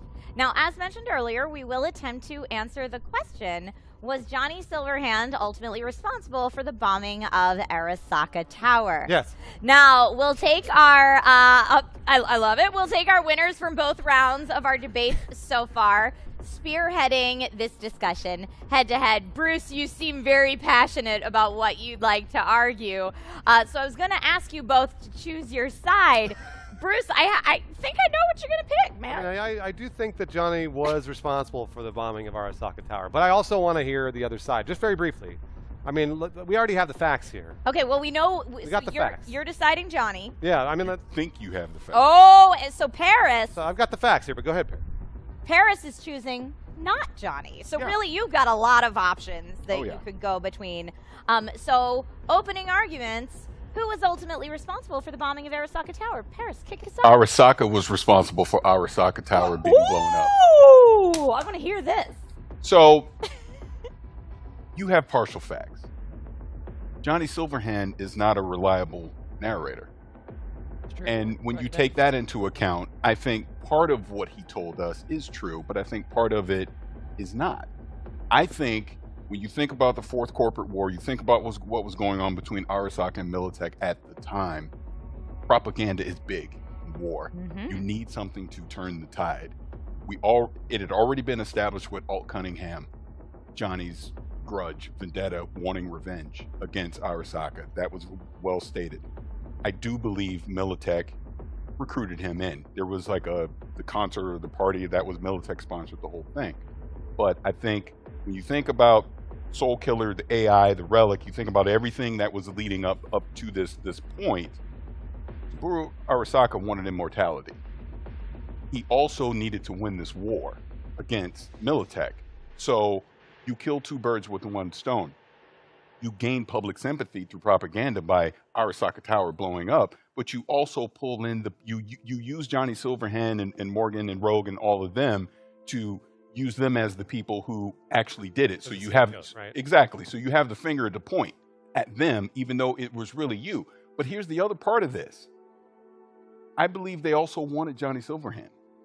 I think they wanted him. I think part of what has ultimately become Cyberpunk 2077 with the Relic is this was a part of Saburo's plan. He wanted Johnny Silverhand to basically be a guinea pig to see if this could work. This is why he was there the entire time. So yeah, Adam Smasher probably did kill him. All that stuff happened.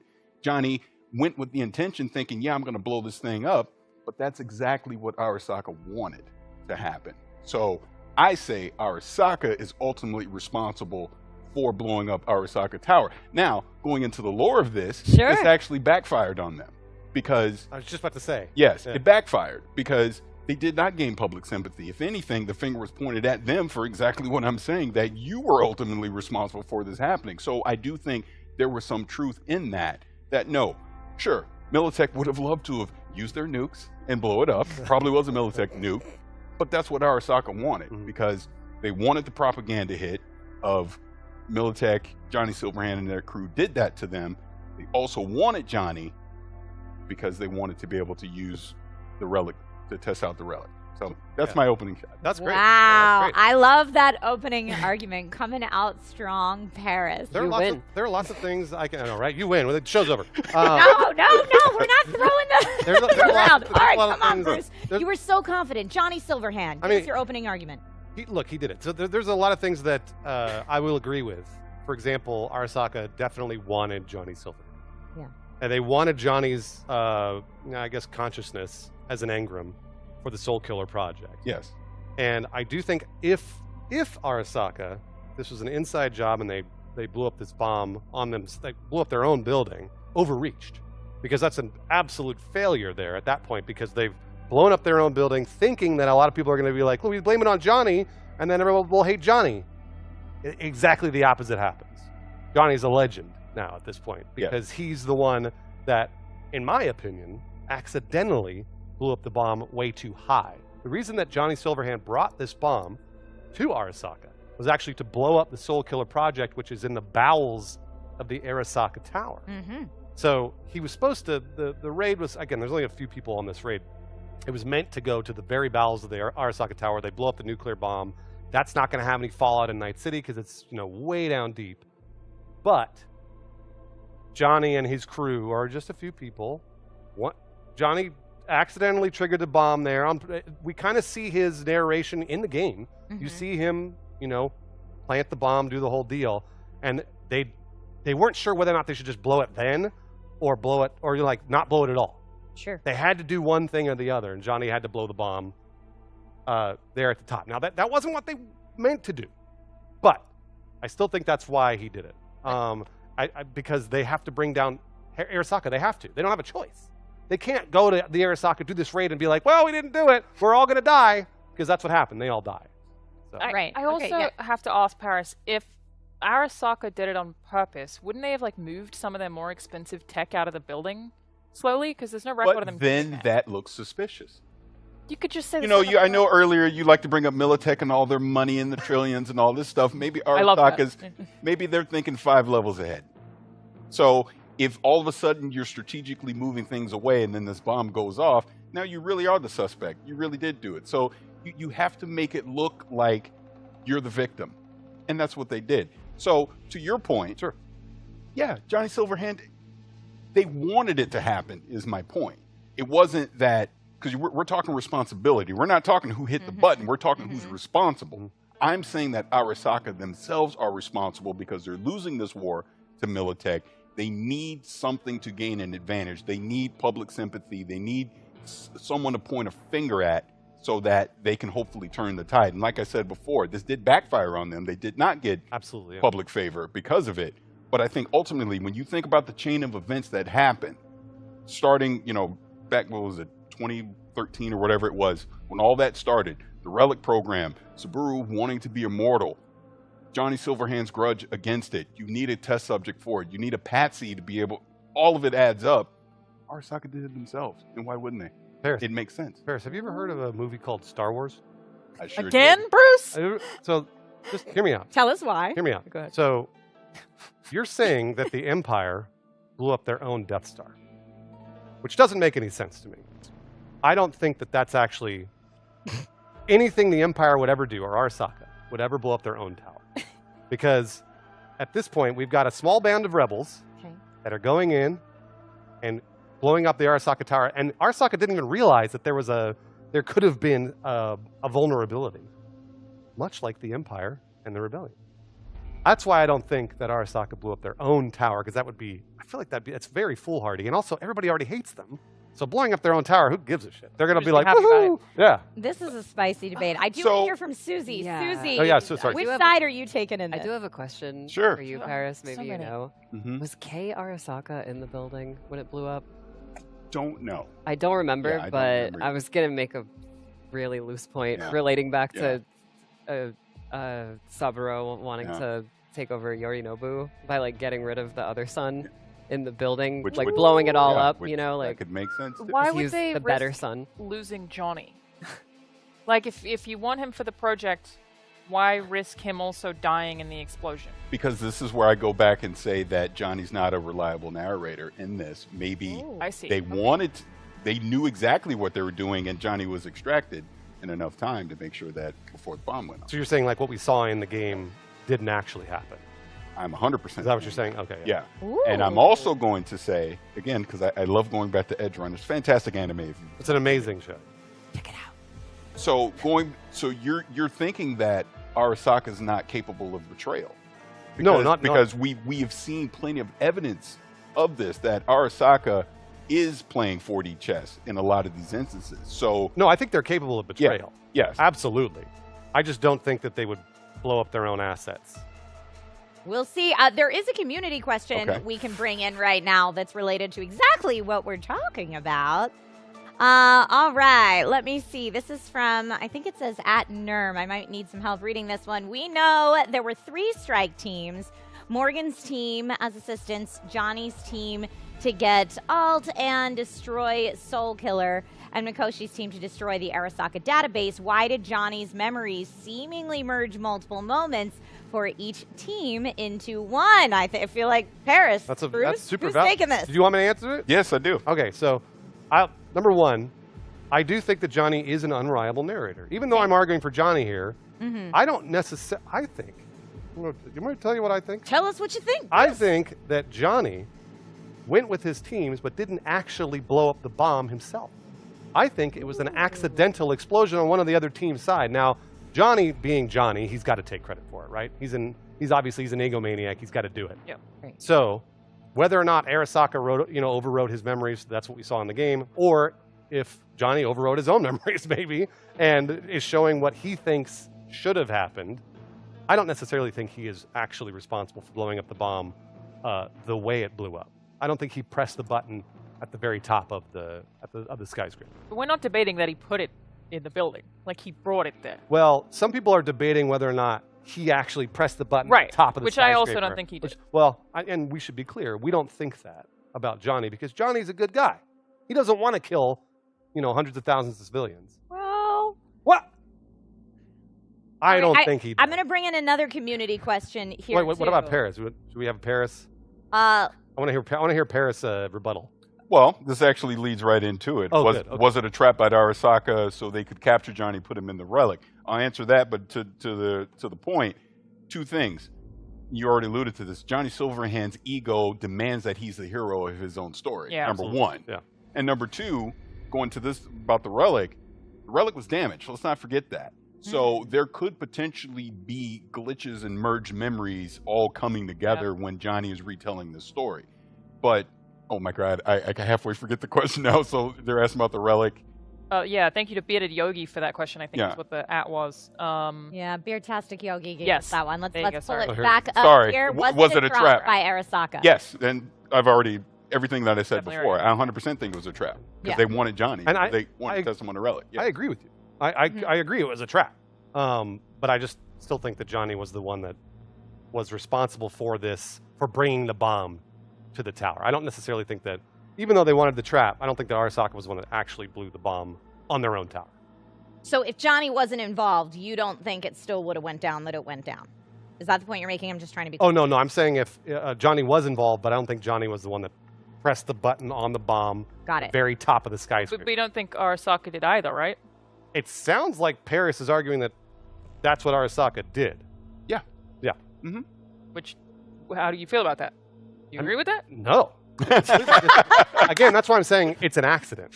This was all an accident. It was all sort of it was a raid gone wrong. Just sort of like, oop, my nuke went off. It was a raid gone wrong. Oopsie. You know, And it I think happens. that because they meant it, they needed to get it down all the way to the bottom of the tower, which was a really tough ask. The best manipulator makes you think it's your own idea. And that's what I think has happened in this situation, where they make Johnny and his team think it is literally their idea to want to go nuke Arasaka Tower. But Arasaka themselves are the one that put all the events in place to put them in that position to ultimately culminate their plan and to potentially help them win this war against military. Ooh, Alannah, which of these sides are you leaning more towards at the moment? I don't know anymore, Trish. I know. To be honest, I had always thought it was Johnny. Like, in my head, it was always Johnny. And I feel like it's, like, such a big pivotal point of what makes that character so cool that I, like, don't want to take it away from him. Like, it's such a big part of his identity and his lore in the world. And I could see, like, Arasaka kind of knowing that Johnny was heading in that direction and being open to it or maybe encouraging things. But I think he would have done it kind of regardless of their influence. It was his whole MO. It's like the whole kind of purpose of the character is like really leading to that point. Yeah. And again, I come back to, I feel like there are more people in that building and tech in that building that could have been covertly moved out that nobody would ever have known about because they're so secretive anyway, that they didn't move out that I'm aware of. I think there are still people who were actually part of the program who are in that building who maybe shouldn't have been when the bomb went off. So, look, I don't think Johnny detonated it either. It doesn't really make sense. That's why I think it was an accident. Yeah. And I'll throw this other monkey wrench into everything that I'm saying. Yeah, do it. Why would Militech trust Johnny freaking Silverhand of all people with a nuclear device to go blow up Arasaka Tower? What's their motivation to say, yeah, let's give it to this small team of people to infiltrate our big rival? I have an answer. Because he had raided the tower before. Now, it wasn't the most successful raid. Yeah. But he did raid the tower and survive. He got out and he got out. So they know he can do it. Maybe that's why they gave him the bomb. So I think he's one of the only people who would say yes as well, though. Like, again, absolutely, he yeah. really cares about it. It's a suicide job, Right. definitely, to go. There aren't a lot of other people who would be willing. So, shout out to one of my favorite YouTubers, Heavy Spoilers, when he says, theory time. I'm not telling you, but my theory is, again, I don't think Militech said, here, Johnny, here's this nuclear device. I think it was Arasaka posing as Militech. Here's a nuclear device here. We want you to raid Arasaka Tower because you had success before. So, Suzi, what is your truth of what went down that night? I think what we see in the game is definitely unreliable because, you know, the relic being damaged in V's head tells wildly different versions of the story. You know, like when we get to like the Never Fade Away flashback, it's like completely like written in a different way than how it is in the original source book. And yeah, I think maybe at one point like the whole truth was on there, but it's like lost to time. So I don't know. I'm kind of like with your theory. I mean, I think we all agree amazing. that John's an unreliable narrator. Absolutely. I just don't feel like that's a strong enough argument to say he definitely didn't do it. Like, we know that we can't buy everything that he tells us, but that doesn't mean that everything is off. I mean, I could, Who knows? Oh, go ahead. But why did he plant the bomb and then it just glitched forward? Great question. Like, why Great did they question, do Suzi. that? I keep going back to why would Arasaka blow up their own tower and then be like, oh no, we still screwed up. Everybody still hates us. That's the thing that, to me, like... It's a pretty stupid move for a genius mastermind. It's a majorly stupid move. Like, for a company that's that smart, for them to be like, let's connive this plan. And to me, aw, they still hate us. To me, Johnny feels like the kind of guy who would bumble through another raid and accidentally trip on the nuclear bomb. I agree, yeah. Because of his ideals, yeah, you know? Like, yeah, he would, yeah. That's the way it feels. Yeah. Ooh, I love and I don't disagree with what you're saying, because it's logical, right? And again, going back to my crazy conspiracy with Militech and all of that, I mean, it probably was Militech that actually gave him the bomb. I don't want to dissuade from that. But I will go back thinking logically. Sure, Johnny had some success when he first raided it, but he ultimately failed.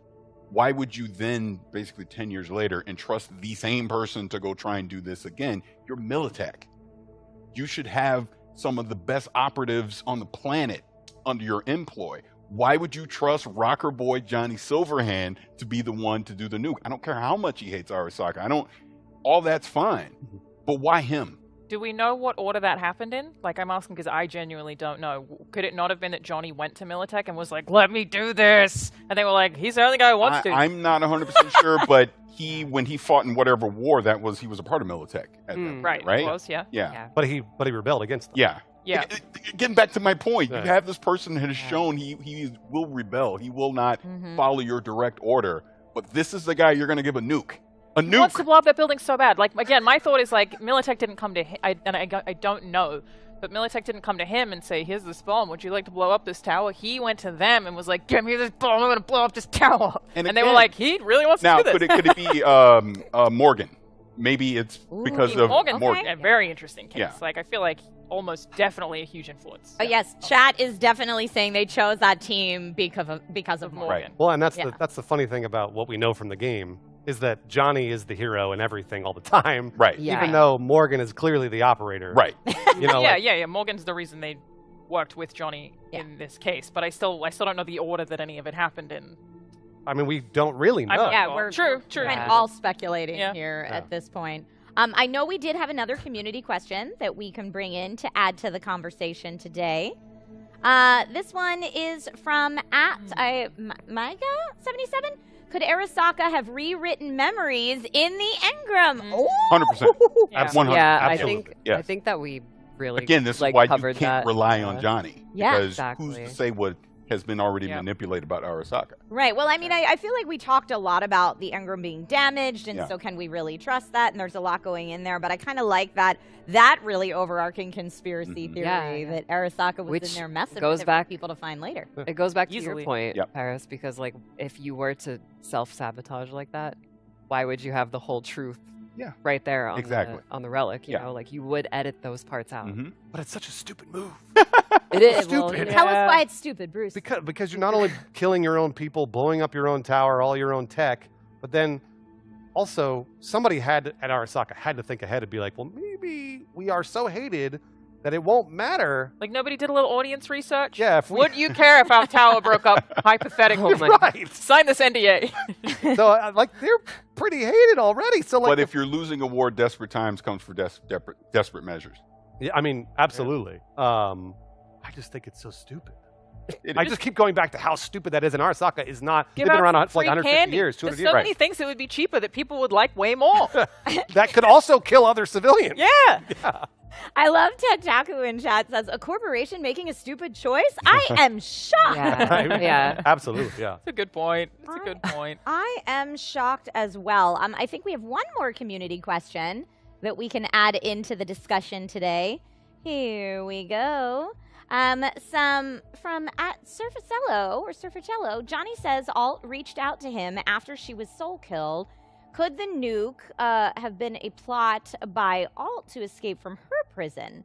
Was she pulling the strings? which is why she takes that jab at his memory. Wow, that's a fantastic Johnny question because, I mean, absolutely, she could have been pulling the strings on, and I mean that would still make Johnny responsible for the bomb, but then she's doing it for her own means. Now, I don't necessarily know if there was enough bad blood between Alt and Johnny for her to like pull the strings on Johnny, because she knows this, she's condemning him to death. Like at this point, he raids that tower and he's definitely going to die, which he does. But maybe Alt was trying to reunite Johnny with her in their Engram, their server database. I don't know. It's totally possible. Yeah, that awesome question just rewrote my brain. Yeah. I'm trying to think about things to say, and I don't think I can. That's a really good question. Well, let's let that incubate for a little bit, Yeah. and then let us know if you come around to We'll see. what you're thinking. Parris, how do you feel about that version of events? I mean, again, it's very possible. I wouldn't deny it. I think plausible, probably not. Okay.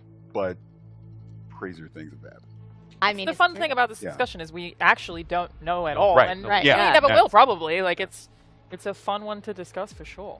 Could have been anything. This actually goes back to Parris's point, because if Arasaka's rewriting memories, but those are Alt rewriting those memories, then it doesn't necessarily mean that it was Arasaka that planted the bomb. It could be Alt pulling all of these strings, right. which would still make, again, Johnny responsible. Well, It's got to be Johnny and Morgan, right? Like, in theory, you could also say it was just Morgan, but I feel like that team, with the two of them together, I don't know. I feel like we've underestimated Morgan a little. Just a little. Okay. Yeah. Chat hasn't. Chat's been No, yeah. shouting Chat's out all Morgan over it. the Chat's whole all over time. I just think ultimately, because the original question is who's responsible, Yes. Right. and is Johnny responsible? I just do not think Johnny Silverhand's responsible. I think there are other actors out there that would way more make sense, in my opinion, than him. And Desperado in chat says Johnny being unreliable doesn't equal Arasaka bombing themselves, though. To which I agree. Like, it Very doesn't true. confirm it, Yeah. but it does make it hard to Yeah. figure out. Yeah. That's Right. for sure. I'm just taking Johnny's responsibility for the. Again, we know he's his unreliable narrator thing, but I'm taking Johnny as being responsible for the bombing with him and his teams, Yes, sure. with Morgan and Rogue Sure, and everybody else. Yeah. Like that's. I'm sort of taking their merry band of rebels Right. as that responsibility. Yeah. And honestly, I think this conversation is so fascinating, and I think both sides have been super well argued at this point. So I'd love to see if we could condense it kind of into a final argument at this point, unless we have any more chat questions, which you can feel free to throw in. But Parris, tell me why Arasaka was ultimately responsible for the bombing of the tower. I will say my final thought that Arasaka is ultimately responsible for it because all the events that led up to the bombing of Arasaka Tower, Arasaka is the one that put all those things in motion with Soul Killer, excuse me, the war that they were currently having with Militech. They were losing. Yeah. They had a tech that they wanted to experiment on. I believe Johnny Silverhand was someone they wanted. Again, I go back to the propaganda thing. I think they thought, hey, if our tower got blown up and Johnny Silverhand is responsible for it, or Militech, we can gain public sympathy. So ultimately, I believe it was Arasaka themselves. Very strong argument. Bruce, why was it Johnny Silverhand? So I have twofold reasons here. The first is Militech or whoever else gave Johnny the bomb found their perfect clown to do it, and it's Johnny. We all know it's Johnny because it's what he loves to do. He loves to fight the system. And then my second reason is I just don't think Arasaka would risk almost all of that technology unless they moved it out of the building, all those people, their tower, the whole deal, and then also fall on their face when it came to the PR of the whole thing. That's the way it feels to me. Okay. Sorry. Final thoughts from Alannah? Yes, I want to ask please. a final question. Like, sorry if you already covered this. Arasaka's got so much money and already so much power. Why do they care that much about what the public thinks? Like, we already know that these companies with stockholders don't really care. They just care about the money. Like, why are they that invested in changing the public? I think it's not so much about the public caring. I think it's about, again, the war directly that's happening with Militech and getting sympathy from other regions of the world to be able to support Arasaka in this war. Yeah. More propaganda. And I Final think, thoughts from I think Suzi? there is like a really strong argument to be had that they wanted to also just get rid of some some like, black site stuff Yeah. that was in the building. Like, Yep. Yeah, I go back to, I believe it was Kei Arasaka that was caught up in that blast. Again, family. Yeah. Yeah, and like choosing that superior person to inject yourself into much later in the future, which you've got to get rid of someone. Do it early. Whew. Well, we have certainly heard both the cases, both very strong arguments in this, and are almost ready to crown our winner for today's stream, our lore master, if you will. But before we do that, I do have one last announcement for any Prime members who might be watching. In case you missed it, scan the code, this code right over here, to claim the Chesapeake Smart SMG. It's an iconic weapon straight from Barguest's illegal stash. I have been told, like the finest hunting dog, this Chesapeake Smart SMG will dispose of your enemies with precision. It's equipped with an iconic mod that grants increased movement speed on kills and dismemberments, as well as greater armor penetration, and the faster you move, the more damage it deals, and all bonuses remain active as long as you're swapping between Barguest weapons. Don't wait, it's available for a limited time only and exclusive to Prime members, so be sure that you check that out. All right, I feel like so many of us have had things rewritten in our brain during this last round of conversation. So while we're all mulling this over, while you're all mulling this over, stay tuned, we'll be right back.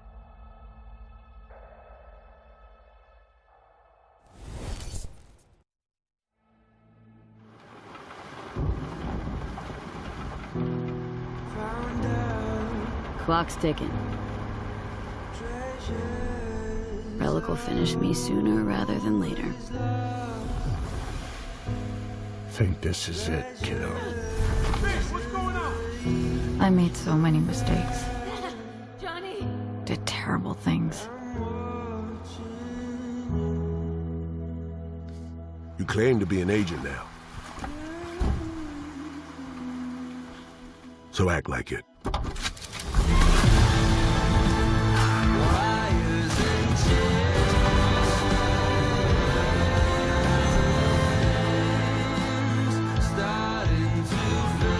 You play grown-up games, you face grown-up consequences. What would you do in my shoes, Johnny? You're up against seasoned players. So go out and play. Just don't get played.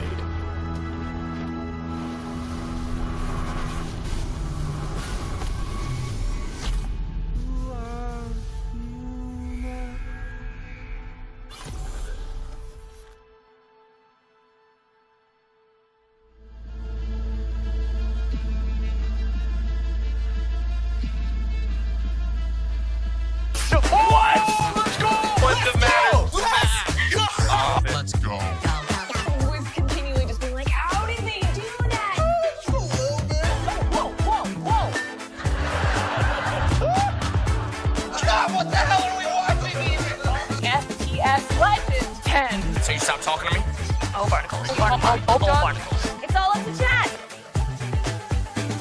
Look at everything here.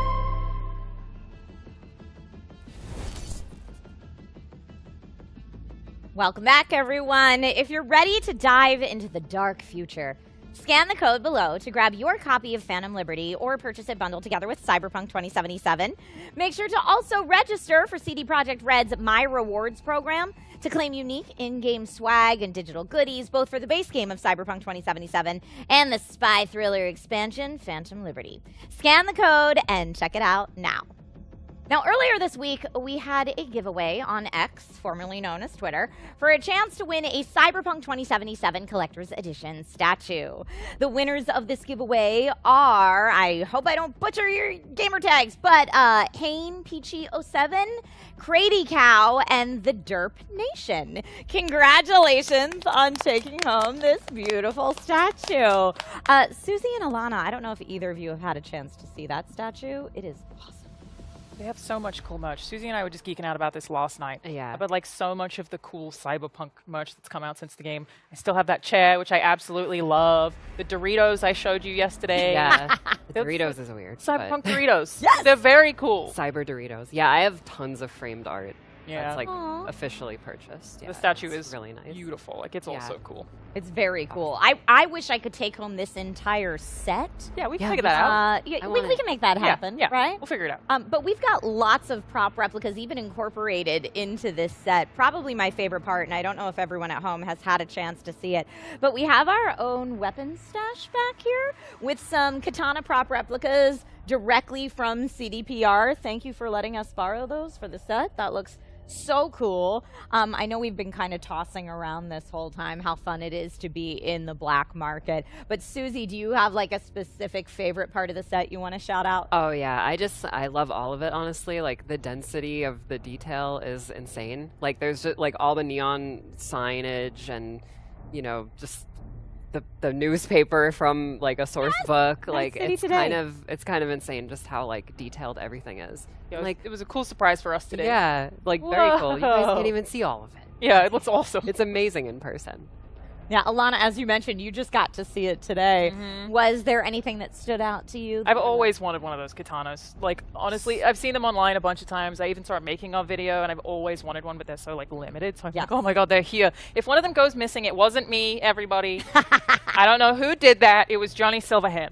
Obviously. Yes. I also love chat being on all the screens everywhere. I think that's such a fun way. I mean, we always say that everybody watching is a part of the conversation just as much as everyone on screen, and now that's quite literally true. You're also here on screen, which is great. I want to take a moment to talk with you both about Phantom Liberty. Have either of you had a chance to dive into the expansion yet? I have finished all the main content. Woo! And I'm currently making a giant video on it right now, and Yes! it is fantastic. Where can people watch that video, Suzi? On youtube.com/The Sphere Hunter. Woohoo! My PC is broken. No! And I recognize that I could play it on my old PC or on console, but I specifically got a new PC built with Overdrive in mind, specifically for Cyberpunk. So I'm patiently waiting, hoping that nobody here spoils anything. I've been avoiding spoilers on the internet. I've muted words because I so badly want my PC to be fixed before I touch it. Yeah. I got this beautiful new monitor. Like, I'm so ready to go, but I won't do it until the setup is complete. Awesome. I'm only about 45 minutes into Phantom Liberty, and it's just spy thriller is what we keep saying on this stream, and I feel like that's so very accurate and also very different to how I played the main Cyberpunk 2077 quest line. So it's cool because it offers something familiar yet entirely different. It is a lot more techy. Than the base game, for sure. And if I could just throw out a special shout out to the team and I guess NVIDIA, the path tracing looks insane. Like if you've got a 4090, like get the game on PC because like the frame generation is kind of crazy. Like the ray reconstruction. Now Alannah's even more If hyped. you have a 4090, that's me. I'm that person. Yeah. I also just feel like CDPR are so good at DLC. Like Blood and Wine is probably one of my favorite DLC ever. Yeah. And then like coming up with this is like there should be a separate award for best DLCs of all time because like they're just so good at it. Like it's so exciting. It is basically Cyberpunk 2. Yeah. That you're getting. Yeah. Yeah. And the 2.0 update is so awesome. It's everything I ever wanted. All right, I'm hearing that it is officially time for us all to mosey into the middle of the black market because we are now at the final vote. It all comes down to you, chat. You get to decide who won the last round of debate and who will be crowned our Cyberpunk 2077 lore master. Woo! So again, for anyone who might be viewing this stream on my channel, on Bruce's channel, on Twitter, on Amazon Live, on Freevee, wherever you're watching, make sure to come over to twitch.tv/crown to participate in the voting if you feel very strongly you want to vote for a side. So let's get this final vote going, and the sides that you see the emotes on are what we're going to vote. So yellow crown for Bruce and Johnny Silverhand, and red crown for Parris and Arasaka. It says just below, who has the better take? Woo!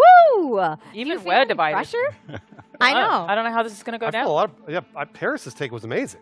I feel a lot of totally pressure. was. I loved Paris's Your take. take was amazing Yeah. too. That was tough.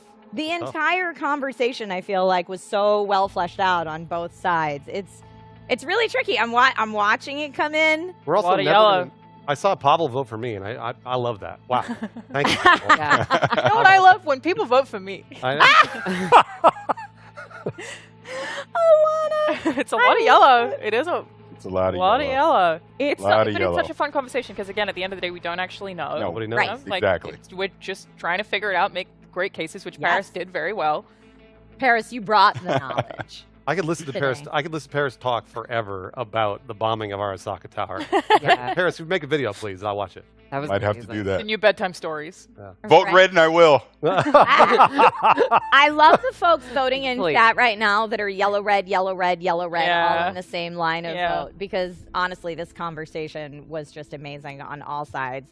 Not only arguing for Johnny and Arasaka, but also all of the other fan theories that came Oh, into yeah. play Yeah, absolutely. in the conversation. Trish, The world of Cyberpunk. There was a lot. yeah. Yeah. Great job, Trish, by the way, Oh, on the thanks, show. man. Yeah. Yeah. You're killing it. We're having Killing a it. good time. Yeah. You guys are absolutely slaying right now. All right. I see our voting bar went away. Does that mean the votes have been tabulated? There's some red. I see lots of red. I am hearing that by just a hair, Bruce is What? our new lore my God. master for Cyberpunk 2077. Congratulations. How many votes? There's no. I must have barely won. There's That- no. that's barely. what I was told by just the slimmest. Just barely. Yeah. Very barely, slimmest margins. Bruce has been declared our Cyberpunk 2077 lore master. Bruce, how does it feel? Now I feel like I have to deliver on something when people come to my chat. Like if they're gonna ask me about Cyberpunk lore, I gotta be like, go to Parris' channel. Well, you did an excellent job. Thank you very much. Arguing your position. And folks, really, everyone did a great job. You was a absolutely lot of fun. brought it. Like I said, it was a very, very slim margin. Suzi, do you think chat chose the right lore master today? Do you think that was the take? Why would you do this to me? Oh my god. Suzi, answer the question. I am well aware that there are a lot of Johnny fans Okay. out there, and I'm not taking your It's okay. victory away. All right. But man, that Arasaka theory was mind blowing. It was. Oh my god. That's true. That's what I believe now. So. Oh my god. It's certainly a viable theory. Yeah. Alannah?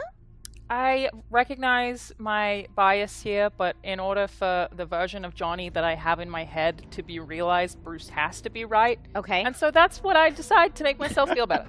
Perfect. It has to have been Johnny to make Johnny cooler. That's the rules. Got it. Yep.